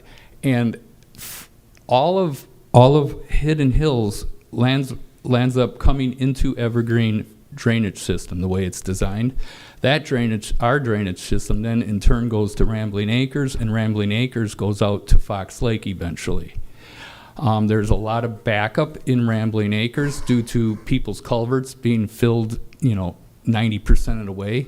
So we get a lot of backup there. If you take 2,500 square feet, that's the size of my house. Who needs 2,500 square feet for, a hobby? But anyhow, if you take 2,500 square feet of percolable soil that can percolate, and you send it into the channels and the waterways, that it's all landing up in my backyard prior to it getting out to the next subdivision, Rambling Acres. I have 2 photos if you wish to see. If, and this is my advice, the best you could do is probably email those to staff, but I think your description here in the record would probably suffice, but I'm not asking you not to do that. Just pictures at this point, it's hard to put into the record. Okay. As others said, they're concerned he's just pretty much going to be trying to run a auto scrapyard or chop shop or whatever out of it, which, if it smells like, it walks like a duck, quacks like a duck, it's a duck. I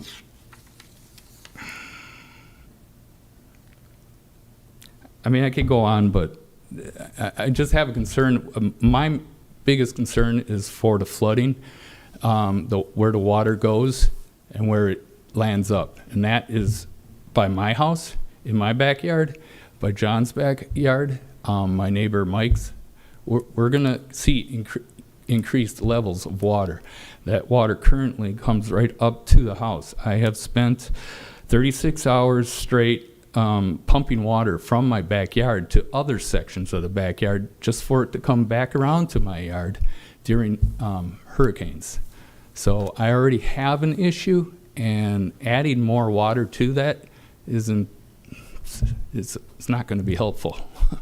Okay. So I think you've summarized your point. Yeah, I could well. speak more, but everybody's touched on other things. So. Okay. Any questions for this witness? No. Approximately how far are you from the subject property? How far am I? 2 streets? I'm familiar with the neighborhood. Oh, you are? Okay. Yeah. So I'm at the back of the subdivision. I'm probably 1 city block away. Okay. And that might sound like a lot, but that water all comes that way. I'm familiar with the neighborhood. Oh, okay. I have a small diagram here of where the water flows. Okay. If I'll look at it. Again, if you want to speak to it, and as long as staff gets a copy for the record, that's fine. You want me to talk about this? If you wish to, you can, but if you simply want to put that into the record, that'd be fine too. I'll put it into the record, I guess. The staff needs a copy.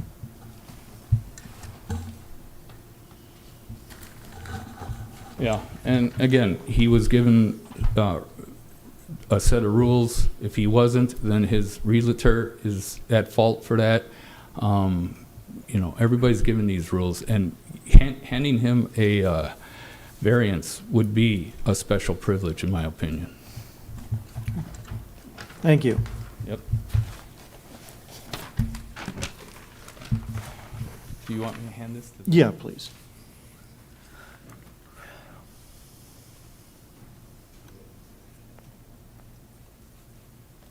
No, please come forward, but I'm going to pause you for just a second. Sir, just pause for a sec. Are there any others after this? We have another. Okay, sir. Name and address for the record, please. Travis Johnson, 3835 Lost Tree Court, Titusville, Florida. I'm directly behind the applicant's address. Okay. And do you swear that the testimony you're giving us today is the truth? I do. Okay. Standard question. Are you speaking for or against the I wish I was speaking application? for, but I'm not. I'm speaking You're against. speaking I like to get against. along with all my neighbors, and It's a either-or question. yes. So yeah.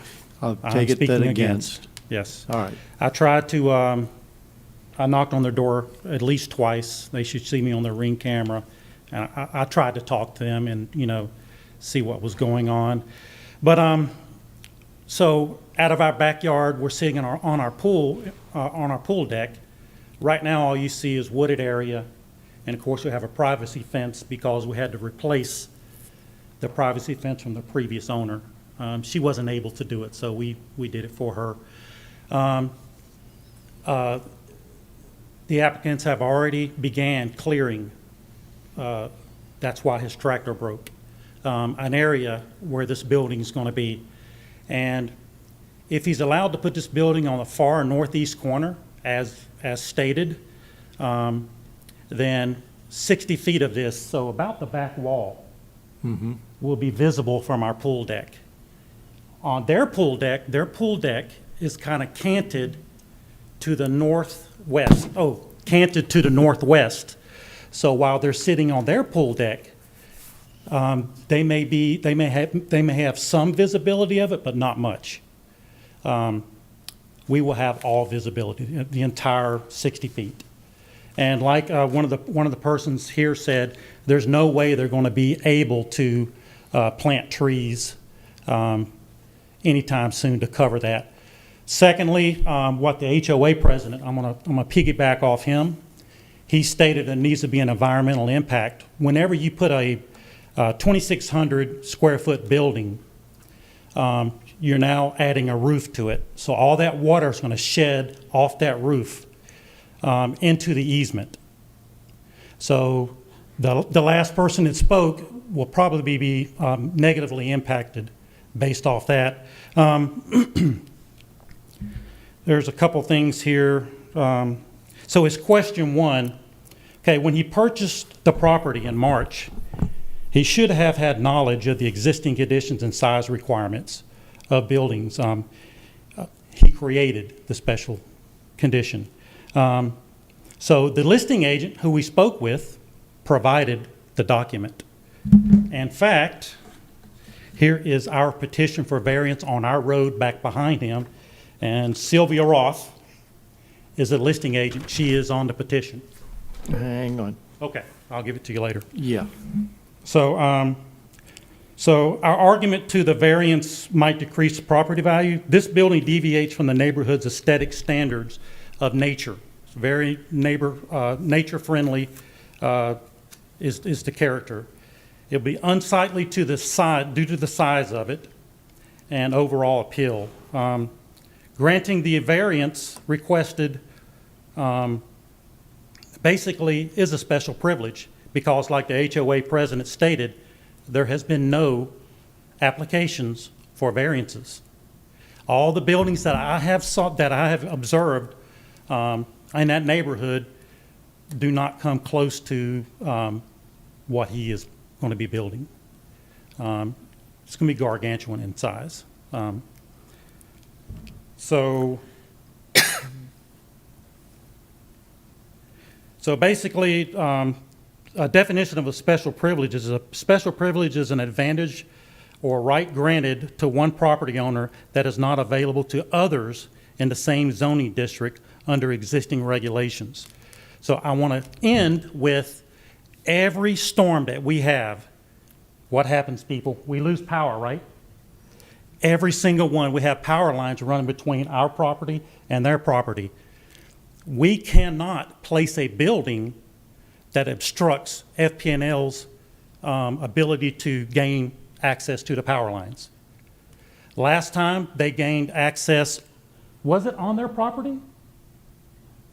One year they had to actually go on their property before they purchased it to replace power lines.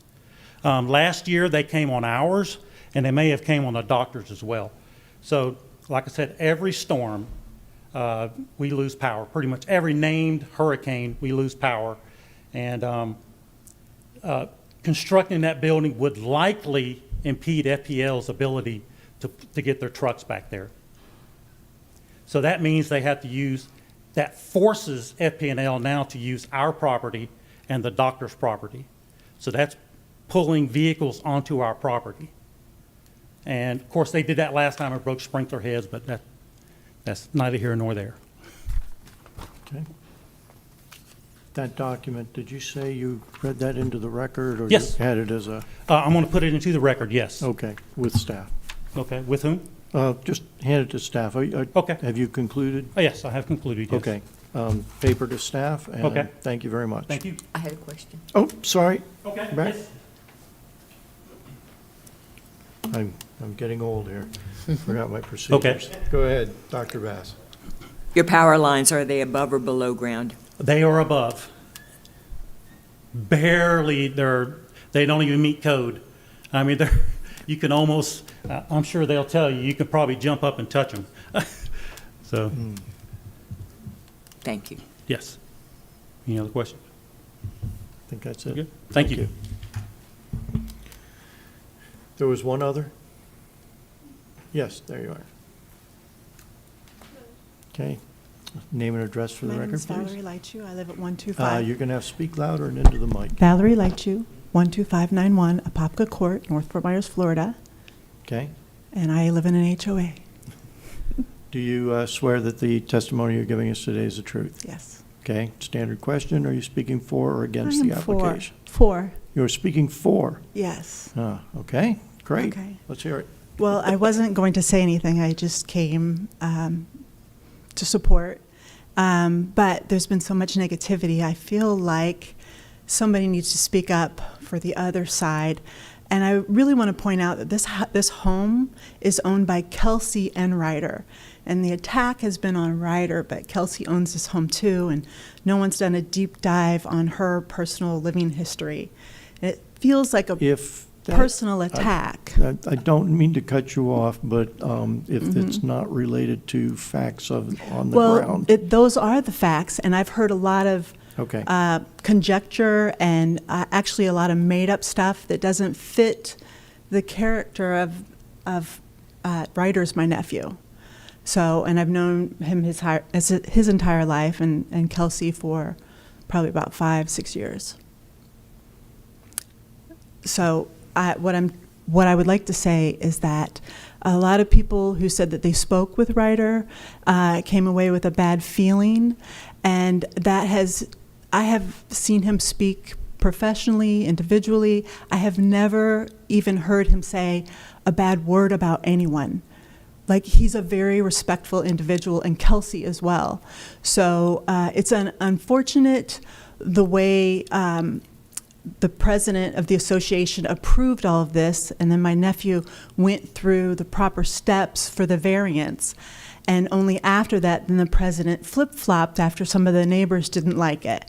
So I went on Property Appraiser and just did the eagle eye view of the 44 homes, of which a quarter of the homes in Evergreen have a standalone building the size of, and some even bigger. Whether they got the variance, they got forgiveness instead of permission, I don't know. Someone said there were no variances ever, and somebody said they submitted a variance. So there's a lot of stuff being said, but I can tell you my nephew has tried to follow the proper procedure, and it's kind of landed him in a bad place. And change is difficult. You know, the lady that lived in that house was there for years, and people are used to dealing with a neighbor that way. There are a couple young professionals moving in, and they have new ideas for the property. They've cleared out some things that you would clear out in your own home. They haven't cut down any trees. They're just clearing the kudzu and the things that aren't working well in the backyard. So I didn't make a list of points, but I just felt there was a lot of negativity. And I just wanted to speak for, their character. They're not trying to pull anything over anyone's eyes. They're straightforward people. Okay. Thank you for your time. Okay, hang on. Any questions? No questions. Okay. Thank you very much. Thank you. Yes, ma'am.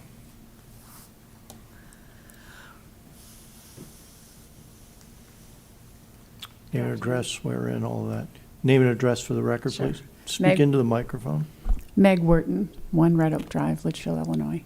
Okay. Do you swear that the testimony you're giving us today is the truth? Absolutely. Okay. Are you speaking for or against the For. application? For. Speaking for the application, okay? Yes. Yes, I am. Thank you. Please proceed. So I am Ryder's mother, and I will speak to his character and his hobby. Since he's a little kid, he's always been involved in lots of things, whether it be flipping furniture, he's into woodworking, he likes cars, he likes spaceships. Is he going to have car parts? I don't know, maybe. Is he going to have furniture in his garage? Maybe. He may even have Lego models of spaceships. I don't know. He is very articulate. He is very intelligent. He travels a lot. I am sorry he has not been able to address all of these individuals personally when they came calling. He travels. He works a lot. Kelsey also works a lot. They are two very professional young people who've made a choice to stay in Brevard County and to have this as a home. And who knows the crystal ball of only being here for 7 years? Who knows? 6 years. I don't know how they're going to live, how long they'll live there. I hope they soon get married and have little ones so that we can fill the house. It is a big house. I'm in awe that at their age, they were able to purchase this house. It's been their dream home. Is there a lot of work to do? Absolutely. But I think the point here is that you are here to determine the variance. He's gone through the steps based on the approval. He went through the next steps. And I believe that perhaps with him submitting the variance, some of the neighbors got very nervous, and they said this has never been done before. But there are many outbuildings, as my sister mentioned. We've walked. I've been here for 2 weeks now. We've walked many of the roads, and I've learned that there are many other outbuildings, or there's sand volleyball courts, or there's renters that are in the site. Those are all variance issues according to the covenants. Or not, I should say covenants issues instead of not variance. But the other point I wanted to make is that I hope, as my sister mentioned, change is difficult. And these neighborhoods have seasoned residents who are going to be moving out, okay? These properties that are very large and are in nature take a lot of maintenance. And they require a young, strong back. And a lot of times some of these more seasoned residents aren't able to do this, which I think was the case in this particular property. Are they doing some clearing and removing of vines and invasive species? Yes. And that's very typical to the entrance. That was just, they had a vendor, I believe, come in and weed out some of the cabbage palms and such at the beginning, at the entrance of the subdivision. So that's just proper maintenance. I think it's important just to look at this from your perspective. And again, I thank you for your time and listening to all the public output here. But I think there's also a lot of information that may not be factual that you're hearing. So I'm just here to speak to his character and to Kelsey's character and to their plans on their life here in Brevard County. I appreciate your time. All Any right. questions for Thank me? you. So, questions? I have a couple questions, actually. Sure. I don't know, it's not specific to you, so I don't know if I need to go from, Just let her finish. ask the question and we'll. So I just need clarity. It was originally approved for a greater than 700 square foot structure, correct? The full 2,600 square feet was originally approved by the HOA. I believe that to be correct, and so then he proceeded with the next steps based on that decision in Is writing. that correct? We'll get clarity on Okay. that. Yeah, I don't know the details, I'm sorry. That's Okay, okay. so I'm, that's- I'm probably jumping the gun. We should have finished That's with all you right. and then I would have done. Is there anything else? No, I'm good. Thank you. Thank you Okay, much. Thank you. Based on that question, could, you could, Yeah, you can we have come a back up. question from the board on whether the, just repeat We it. addressed the approval of the 700 square feet. Could you come up to Yeah, I the guess- mic come so on. that we can get it recorded? Start over and ask your question again. I Okay. just- The original design schematic was submitted as a 60 40 by by 40. 60, but it was scaled down. So when the design committee review looked at it, they didn't really understand how it would sit on the property. It was only about 60% of what the actual design would And the look like on the person that would have ground. approved that was well aware that 700 square feet was a maximum. Yeah, I mean, it's in the covenants. Okay. And does anybody have a copy of the document that they signed, seeing that they saw that it was 700 was the maximum?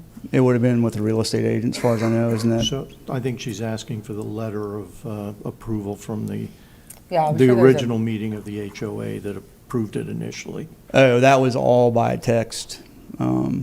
Okay. Just heads up. So the approval of the 2,600 square feet initially Mhm. was via text. Yeah.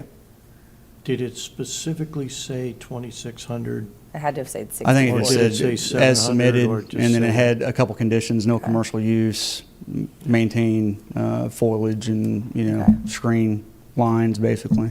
Okay. You good? I think I'm good. I do want to ask them. Yeah. I'd like to address the board real quick Yeah, before you call please. the applicants back up. Whenever the staff comments were turned in on May 19th, at that time, it was stated that there is no code enforcement action pending with Brevard County Planning and Development. And since then, it has been come up that yesterday on June 17th, there is a code enforcement on the property now for unlicensed industrial business operating from a residential zone property. This was just turned in yesterday. It hasn't been investigated yet. Okay. But I thought you'd like to know that.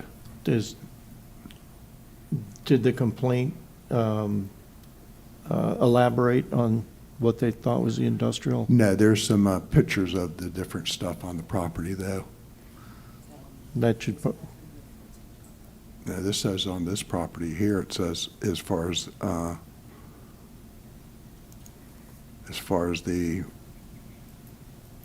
it being on the tax account number, it's in here on this property.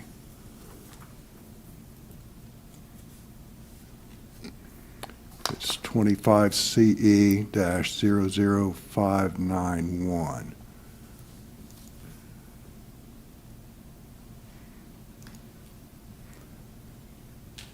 So,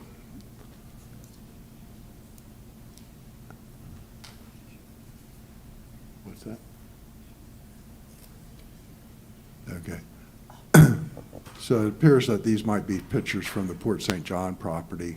that's, So it might that was be going to be my incorrect. question. Is it, It's the so Ackerman it's, property? this tax number is 2762, the one Correct. we're, and the From what I file- can see, like Mr. Bodie just said, this was brand new, just opened yesterday. I don't even think it's been investigated by the code enforcement officer. I'll have to verify that. Just from pulling up the record, I see some initial pictures without opening up every file. It does not appear to be for this property. It appears to be for the Port St. John property, but it would need much further determination before, that we couldn't discuss at this time. Okay. Okay. Okay, thank you. Thank you for pointing that out. Let's see. I where do are we still at? would like to hear acknowledgement. Well, of- yeah, no, they come up Yeah. and, are there any other comments from the audience? Okay, seeing none, we're done with all that. Please come forward.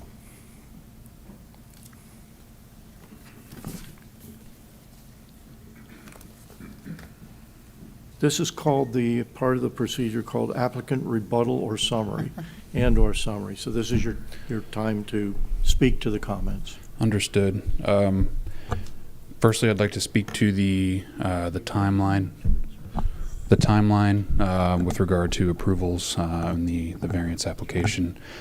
The initial structure proposal dates back to very end of April, very beginning of May. And we have written approval from a combination of the president within the HOA and the design review committee chair within the HOA. And this is written approval via email, not text, outside of text. There is some further correspondence that was handled via text, and the core of that was related to an additional visit following the approval. That was to uncover whether or not this would be viewable from the road. It was agreed that it wasn't, because when we were standing where the proposed structure would be, if a car were to drive by, you can't see that car. From there, the correspondence via text was submitting something in writing stating that if we planted vegetation, trees, some sort of shrubbery to help occlude those line of sight concerns, then we would be good to go. That's what I have on the That time. was with the walkthrough? Sorry? That was with the walkthrough or pre the walkthrough? That was in the wake of the property walk down. Okay. But after the approval of the 2640 square foot structure. Do you start? I would like to say that we are two young professionals that have very mandating jobs. Excuse me.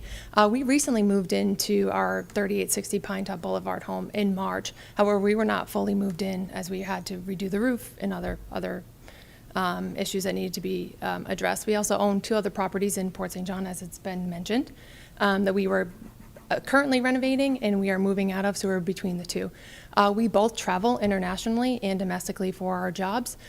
So the one neighbor that did reach out via phone, we did address with them. We, like as Ryder said, he had walked the neighborhood with them. I was at work, so I was not able to be there.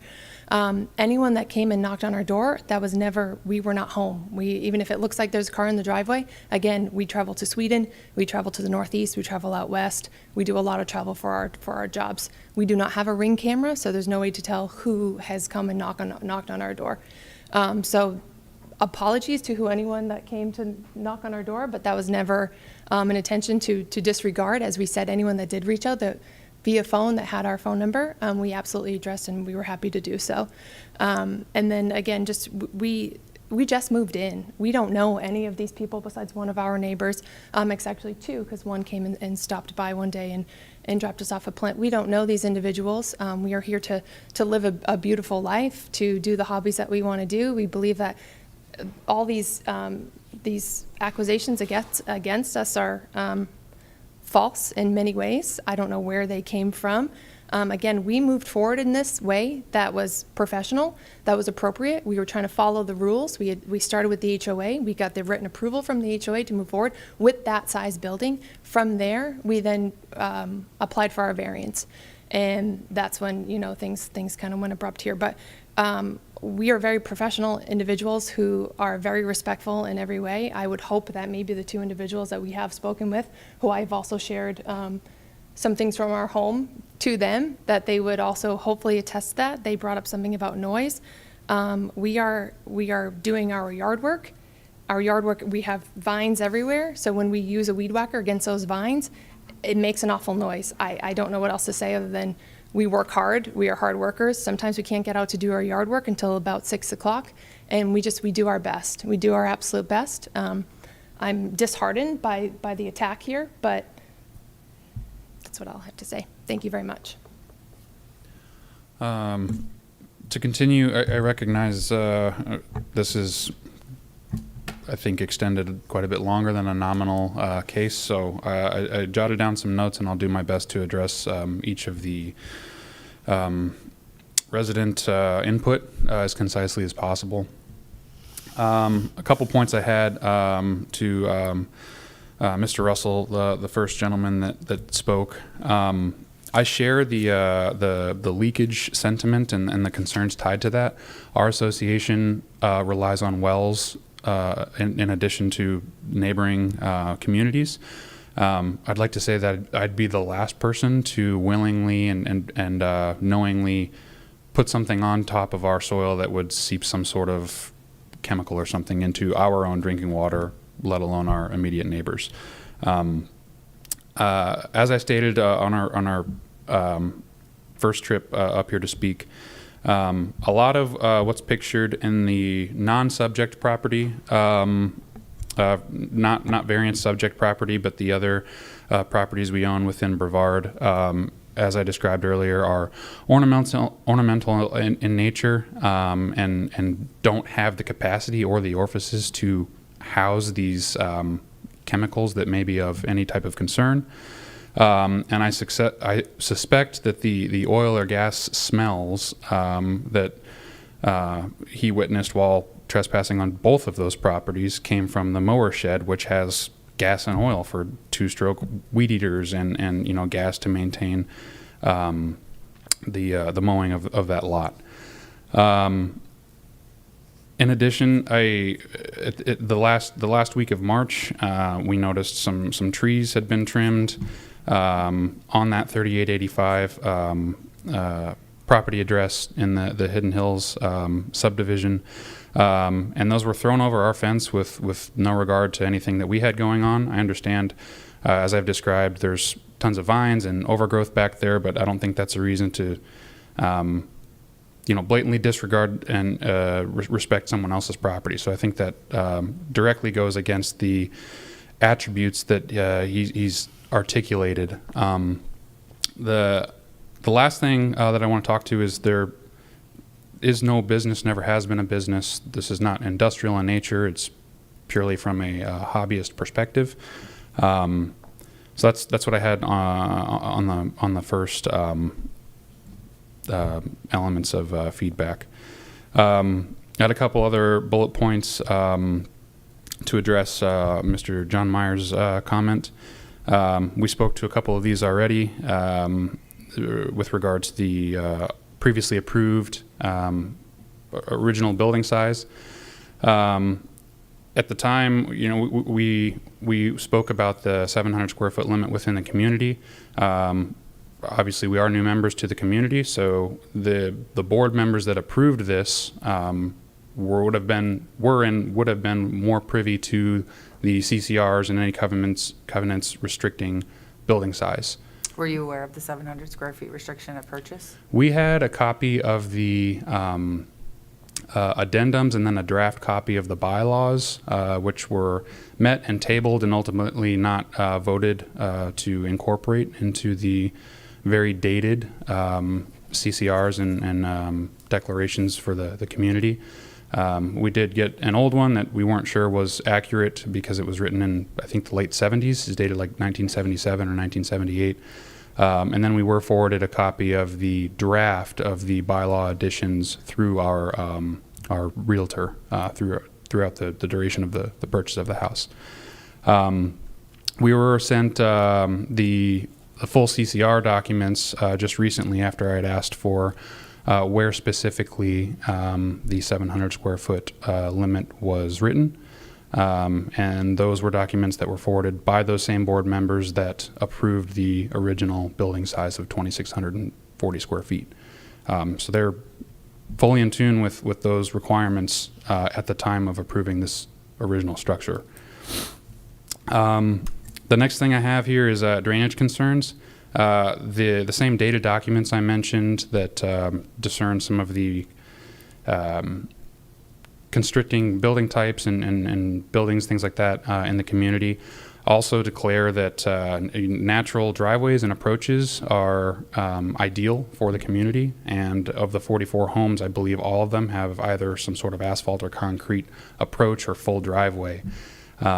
I understand the drainage concerns. As I said before, the building does not encroach on to the county easements, which is greater than that of the utility and drainage easements per the property. In addition, the square footage of the building would block the absorption of rainwater across its footprint, but an installation of a swimming pool, a driveway extension, an additional parking space, in addition to a screened-in enclosure, all do the same thing as well. That's all covered ground that would no longer have the capability of absorbing that rainwater. The next thing I'd like to address is the scale drawing. He mentioned the rear of the property was 150 feet wide. That's not information that I've provided, but that is information that's publicly available. If you review the parcel ID on the county website, you can see the platted dimensions. And in the original building proposal, I did provide dimensions of that building. And the CAD software that I used to scale my property against the survey we got during the closing of the house was used to make sure that the 44 or 40 by 60 building was to scale. Even if it wasn't, the dimensions were present, and those could be used to scrub against the dimensions of the property to determine its true size.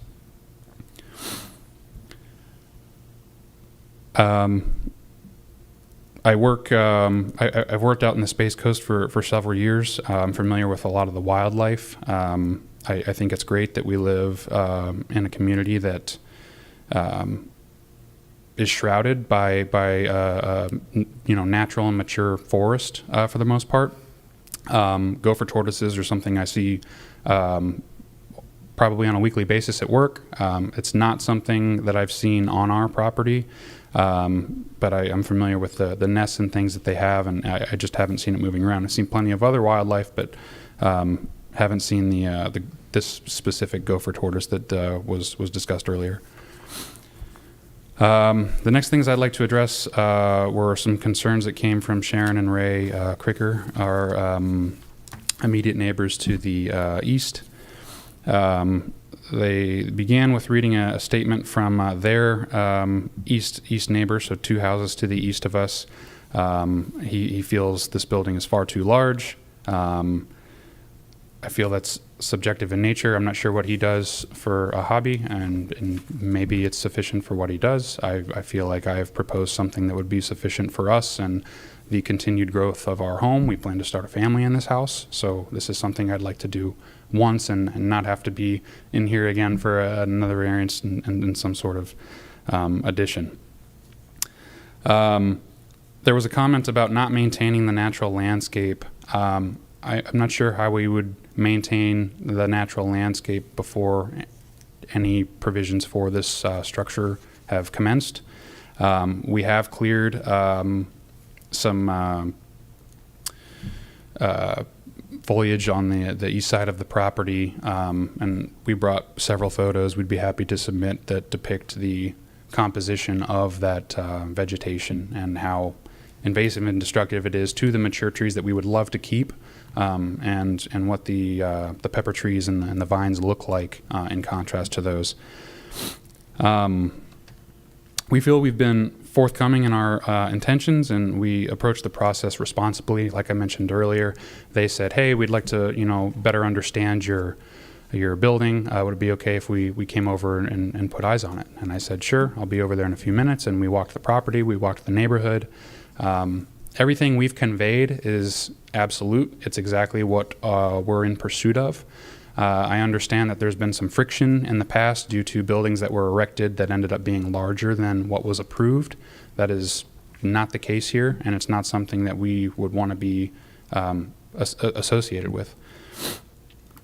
And I feel like there's a detriment tied to that due to the, mishandled assembly of previous structures. There was an additional claim to value the vegetation, but they had conveyed to us that soon after purchasing their property, approximately 25 years ago, they cleared the entire backyard with the exception of 3 large trees. So I'm not understanding the argument for removing, not landscaping, but again, invasive species after deforesting, 4/10 to half an acre of dense woods that would have been there prior to their clearing of the rear of their property. The rear of their property would also be what would have obscured where this proposed structure sits on our property. The height is stipulated upon reading the CCRs that we were just recently sent. I believe they reference not to exceed 20 feet. I'll touch on this in a bit, but I mentioned earlier that I think 18-foot eave height, meaning just the vertical wall, not including the height of the sloped roof, would be what's required for a nominal 2-story structure. That's not our intent. That was never our goal. I don't plan for this to be an accessory dwelling unit of any kind.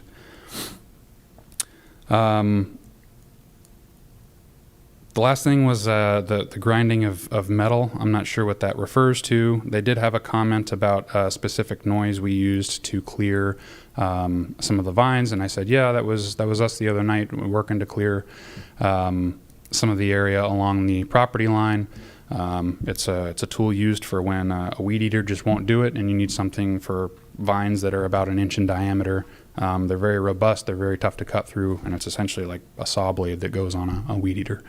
It sounds like a circular saw if you were cutting lumber.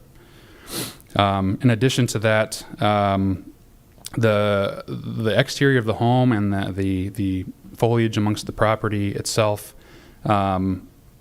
is in need of immediate improvements. As Kelsey mentioned, the week following our closing on this house, we put a new roof on it. It was very dated and it was at the end of its useful life.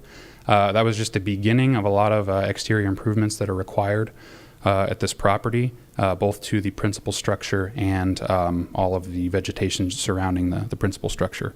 I think a lot of that was just not maintained well enough over the last 20 years, which is the duration the previous owner resided at that address. I wish that wasn't the case, but the longer you wait to clean it up, the harder it is and the longer it takes and more effort required. There were some comments that Sylvia had brought forward. A big draw of us for this property was the forest nature of the association and the homes within. I think that entire area off of Carpenter is great. It's a beautiful property. It's a lot of what drew us to the property, and it would not be our intent to make any changes to that would create some sort of detriment to the overall general aesthetic of the neighborhood.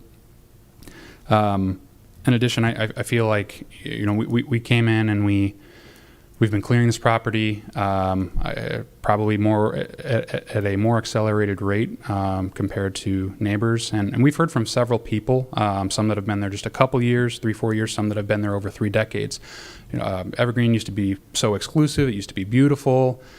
We've been there 3 months, so I'm not sure why we're carrying the divided liability tied to what it used to be. I feel that if it used to be so great and people have been there for 30 years, why isn't it still great? I feel like some of that should be levied on residents that have, maintained their address there for so long. That's not to say we don't want to continue doing so. I just feel that some of that's coming from a place with little value. Tim came up and addressed a couple things. I'm sorry, there was one last comment I had on Sylvia. There is an existing shed, just maybe 10 by 15 shed. It holds the hurricane shutters for the property. I'm not sure when it was installed. It's rotting into the ground. There are gaps between the roof and the walls. The shingles are completely done. That's something that she sees from her line of sight that she mentioned, but the subject building that's tied to this variance or that this variance is tied to would be far beyond that, behind another wall of these pepper trees and these vines. Tim had mentioned that the height had never been discussed. This is another thing where I feel like when the information is absent, it just gets spun up on its own. We have never said that this is going to be taller than 20 feet in nature. Even like a 212 roof pitch, for example, across a 44-foot dimension would only be 3 feet 8 inches of rise. So on top of the vertical wall, those would be the dimensions we're looking at. So if there was a 14-foot wall, like somebody mentioned earlier, 17.67 feet would be 17 feet 8 inches, roughly. So I hope that helps absolve any greater than 20 feet concerns. There are blacktop driveways throughout the entire neighborhood. I mentioned this earlier. This was kind of touching on the drainage concerns due to the elevation difference and some of the downstream effects from the property behind, or the association behind ours, the Hidden Hills Association. Again, anytime a pool is put in or a driveway is extended or widened or another parking space is brought in or even a pool pump house or something is installed, that prevents the ground underneath that area from absorbing it. So there's a lot of parasitic additions that culminate to the same concerns here. There seem to be other projects in the neighborhood that have taken place without HOA approval, and this is things that we've had voiced just verbally from other members in the neighborhood as well as a couple board members. We feel that we've communicated our intents clearly and articulated exactly what we're looking for to those key stakeholders, and don't feel like there is any malicious intent behind all of this. I feel that we've approached this responsibly and done our due diligence and our homework and overlapped things in nature to minimize the downtime in order to bring this project to closure.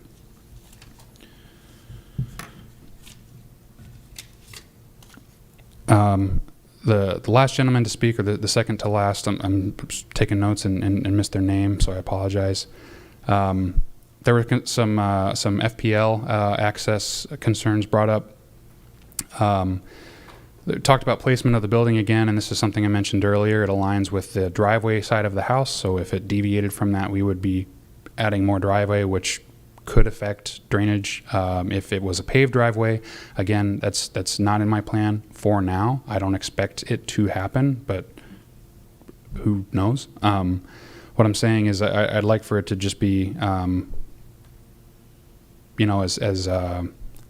just want it to fit in. I don't want a big concrete slab through the middle of the property. I don't want that. I don't want that look. I don't think my neighbors would want that look, so I share their sentiment there. Again, I think this is the third time I've stated this, but the building does not overlap with the utility and drainage easements, which are 5 feet further than the county setback requirements. And then I believe the association has further constraints on setbacks per the CCRs at the rear or size of the property. The power lines, at least for an evergreen, are buried between the common transformer and the houses. At least they are for my property and the immediate properties. There is a common line that runs the rear of our street and would supply power to the back side of the homes on the back side, the back adjacent side, and the Hidden Hills property. Trees would have blocked FP&L access in the past. They also would have had to drive over a drain field for a septic on our property, so I don't believe they've ever used our property to access those. But I argue, on the contrary, that an access path to this building would allow more convenient access to these utility companies in the event of an outage. And I'd be happy to volunteer that if it meant my power gets on faster and my neighbor's power gets on faster as well. Right now there is no access, but there could be. I think that's all the notes I had written down. Appreciate your time. So we may have some questions here. Would you have any questions? Is there any compromise to the 2,600 square feet? I'm not saying no. I think there could be. This is a question I had called in and asked to Associate Planning at the Planning and Development Office just recently. Again, just trying to do my homework and be prepared for all outcomes. But I'm not saying no. I don't have a hard, fast requirement at this 2640.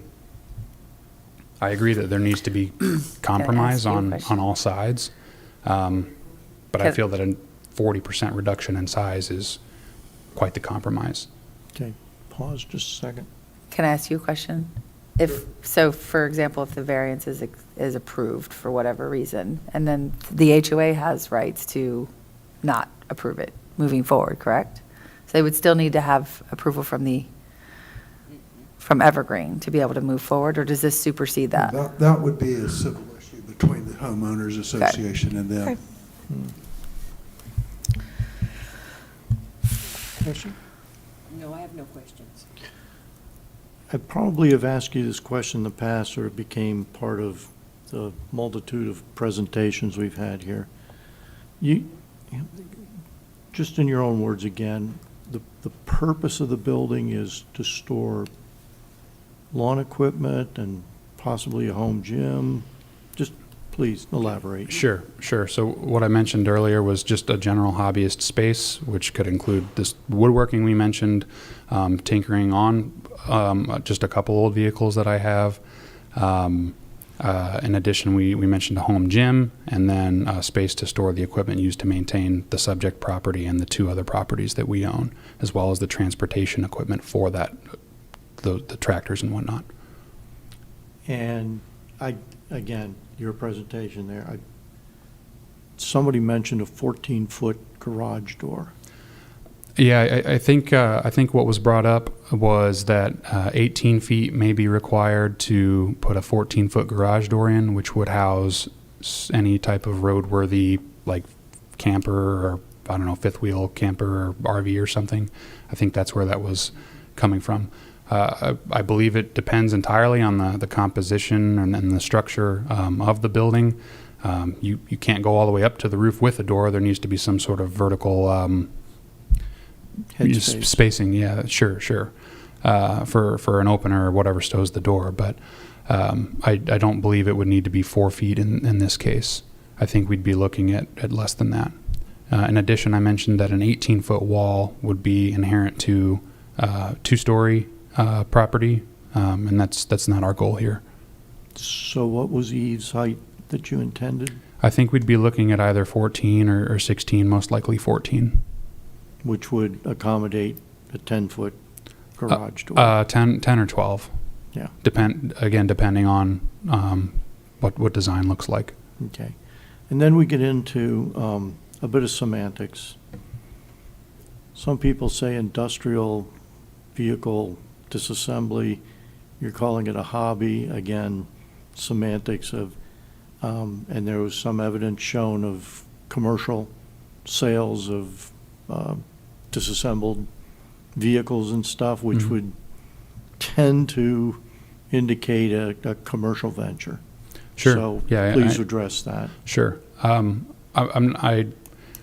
not sure where the commercial or industrial classification comes. I look at these as items, like on the woodworking side. If I were to purchase a cabinet or a dresser and build out different shelves or drawers for those, I would be selling the ones that I don't need. Or if I had a garden and I wanted to propagate some sort of mango tree or tomato plant, you could sell the seedlings from those.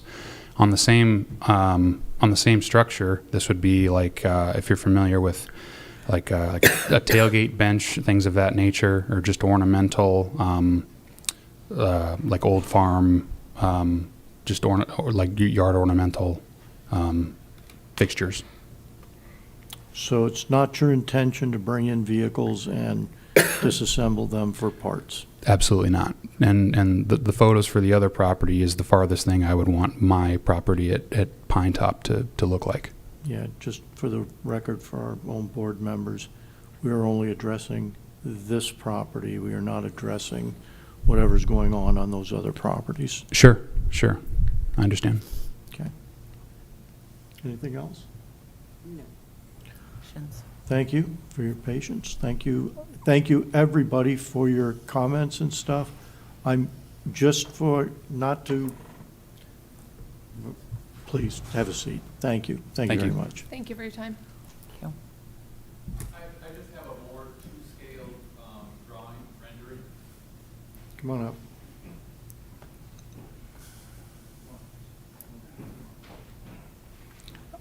I'm not going to take testimony. You just tell me what you are submitting for the record. Well, just tell me what you're submitting for the record. Oh, I'm submitting a more two-scale diagram plot. Was this part of the? This was pulled up by my neighbor Mark off the internet. But was this part of the HOA submittal? Is that what that is? I finally found it on email, but I can send it to you guys, but. Get an email address and Okay. forward it to staff. If you want to present that for the record for staff, that'd be fine. Okay. But Yeah, we have we're that. done with the testimony. We have that. Yeah, okay, okay.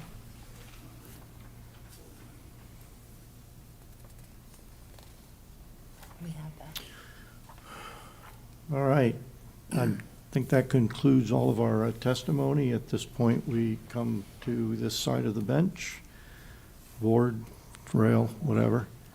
I need to proceed, I need some kind of a motion, either to approve or disapprove. Whoever wants to.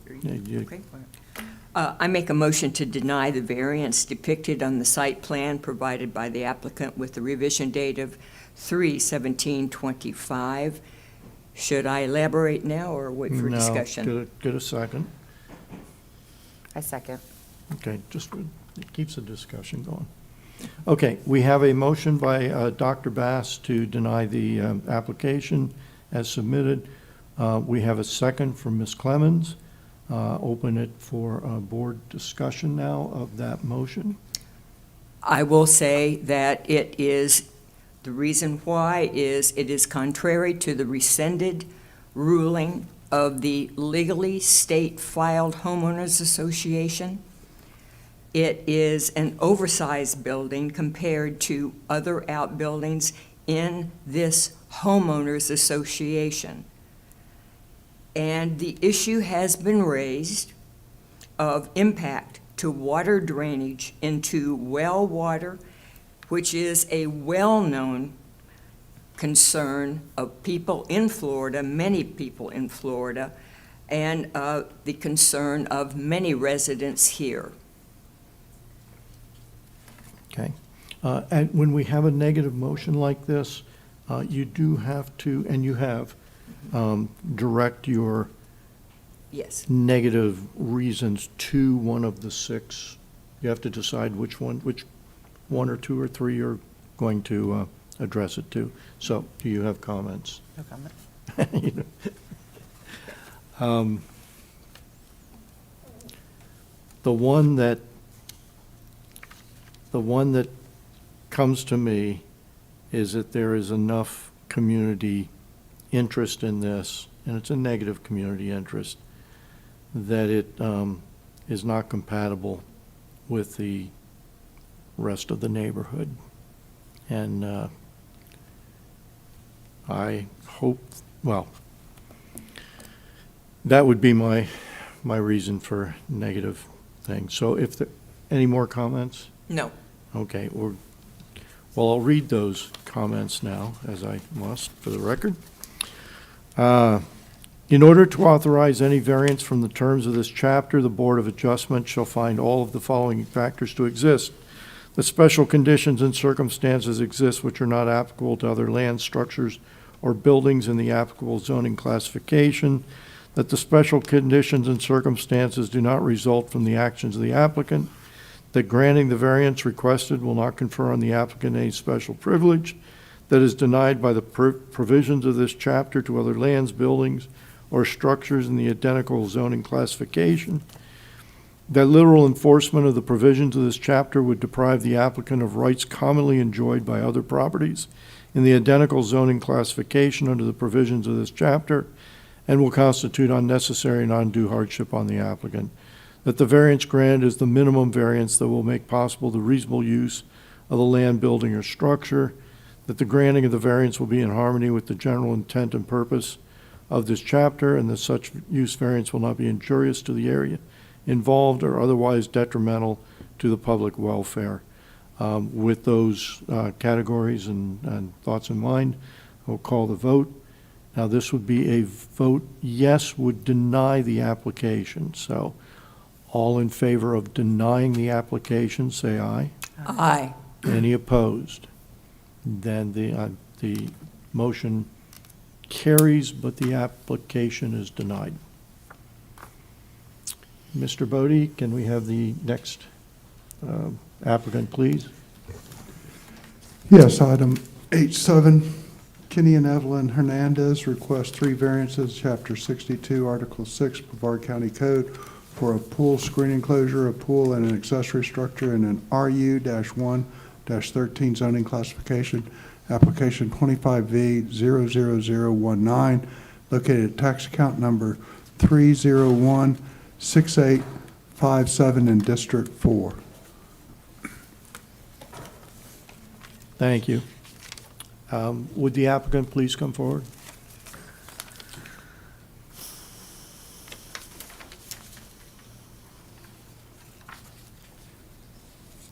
Could you pause just a second? Sure.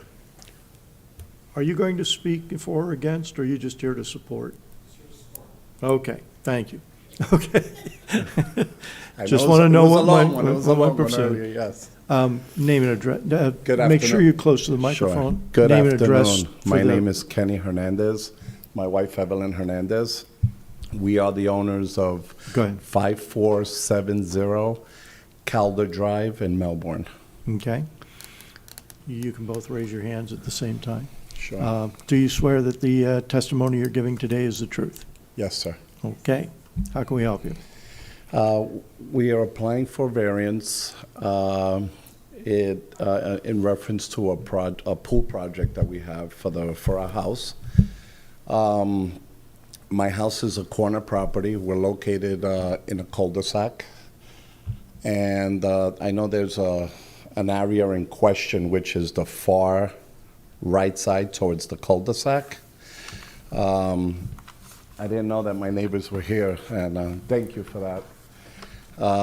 I've tried to be transparent and with my neighbors. I just purchased a house last year. We're planning to physically make this our residence, our retirement home. We included our neighbors. We actually measured everything out. They were very helpful, actually. We kind of measured from the side of the cul-de-sac, and I know that area in that corner was in question, so I was hopeful that I think it was 20 or 21 feet from the house to the back, and then it would cut diagonally to the rear of the yard, which would, I would say, give hopefully the appropriate space that would be needed for me to be approved for the variance. I have, besides my commitment to Martin Pools, I also purchased a pergola, which it's paid for already, from Paradise Grills.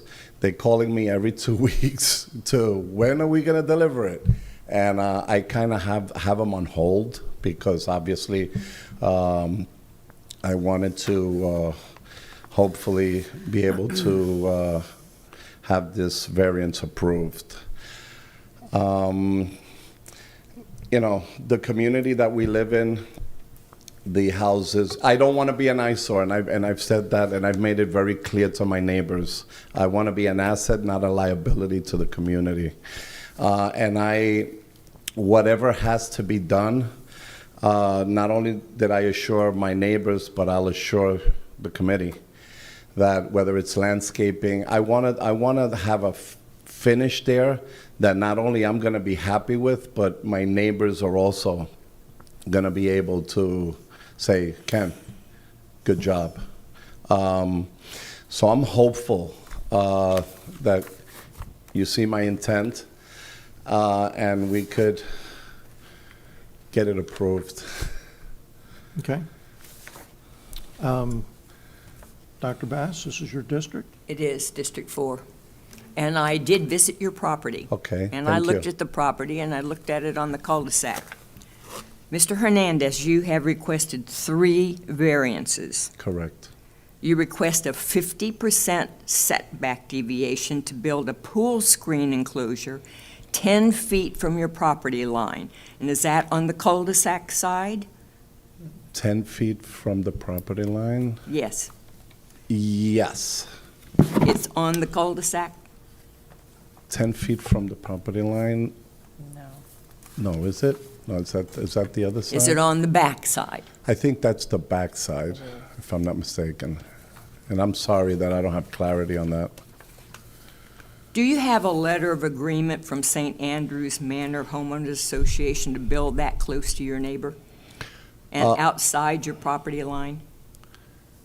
50%? From outside of my property line? He's not building it outside of his property line. No, The that's, yeah, I'm requirement for the confused a screen little, I'm enclosure is sorry. 20 It says feet. here it's 10 feet required. He's asking for a 10-foot reduction to the 20-foot setback requirement for the Correct, screen so that's enclosure. 50%. But you said that he's building it outside of his property No, line. I'm sorry, I misspoke. I'm The sorry. first request equates to 50% deviation from what the code allows.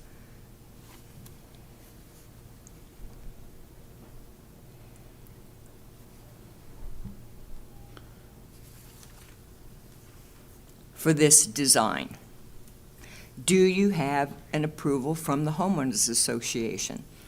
I don't at the moment. I have letters of support which were Yes, I which did were read that. submitted. I did read that. Okay. Have we got letters of support? How many are they? And did they actually say that they were within that close to their property line? The letters? What letters we don't have them. I don't have any letters. I don't have any letters. The letters of support from my neighbors? I do not have any. Yeah, there's. Did Dr. you Bass, we submit didn't those? have anything submitted to the record for this application. That's what I was asking. And you haven't got an approval from your homeowners association, the St. Andrews Manor Homeowners Association? No, I didn't.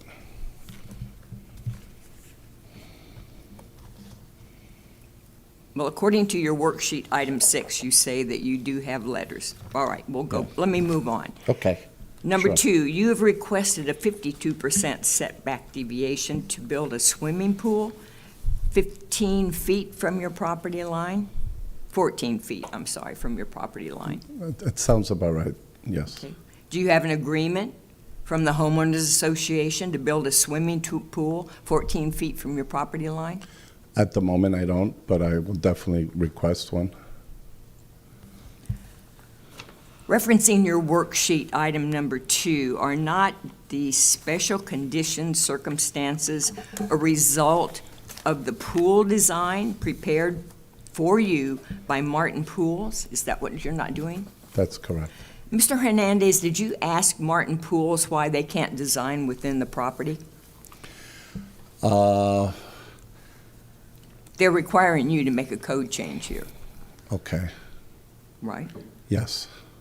So, did you ask them why? That's what their design is? Is this not within the variances? No.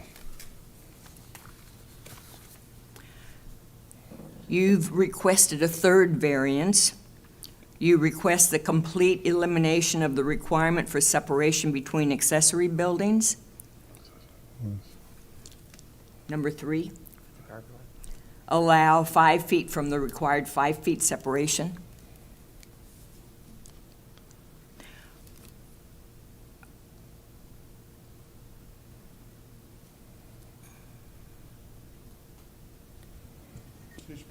She's Regard- bringing up the fact that your proposed pergola is going to be Right on almost up property. against your screen enclosure. There's supposed to be a 5-foot Exactly. separation distance. Okay. That's Do you know her that question. this request is not in compliance with Brevard County Fire Code, which says that regardless of setbacks, fire resistance and opening protection requirements require there must be a minimum of 5 feet spacing between any 2 structures on the same lot? Okay. I mean, I want to comply with obviously with the requirements.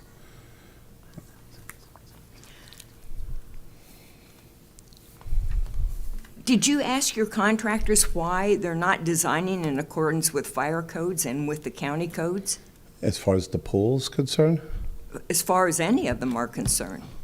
well, the only thing, okay.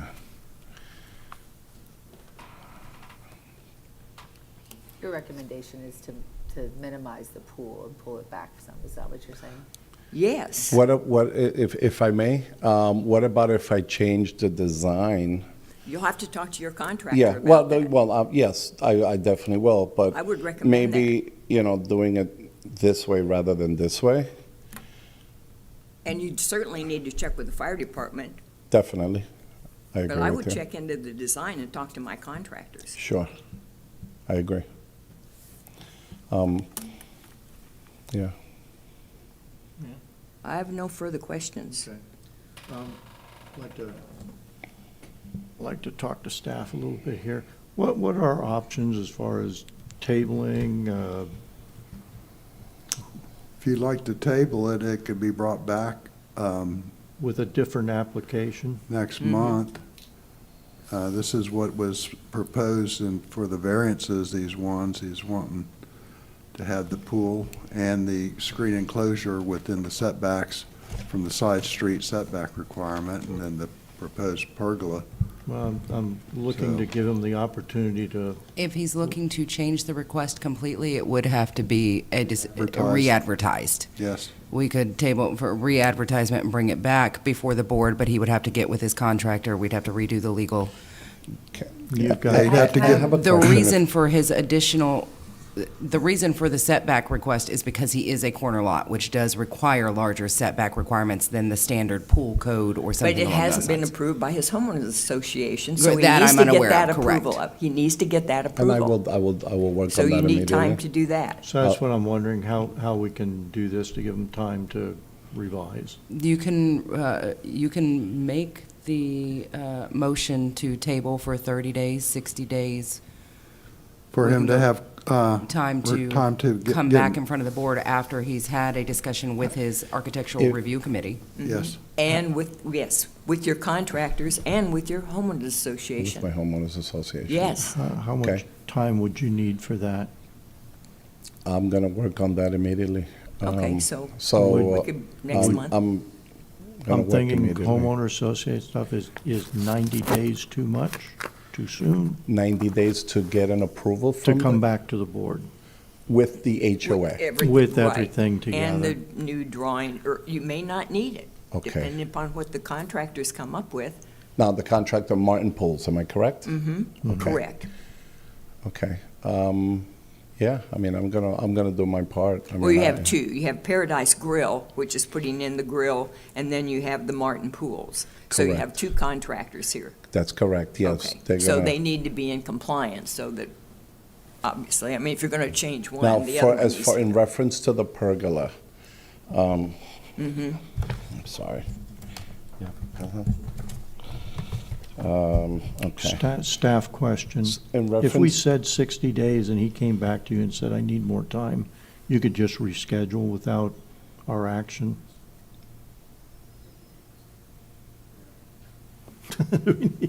Mr. Hughes, would we have to re-advertise at that point if the board made a decision for 60 days and say he needed 90? I believe we would need to re-advertise. you would, yes. I don't think Yes. 90 days. I think I'll speak today. I'll go immediately to the HOA, meet with Martin Pools. Just so that I'm clear, I live in an HOA, so I'm aware, it's what he's saying is, it does take time, and you probably will want to have a drawing. They're going to want to have a drawing from Martin Pool and of the pagoda. is So, there, I live in a HOA, so I know, okay. just so I'm clear,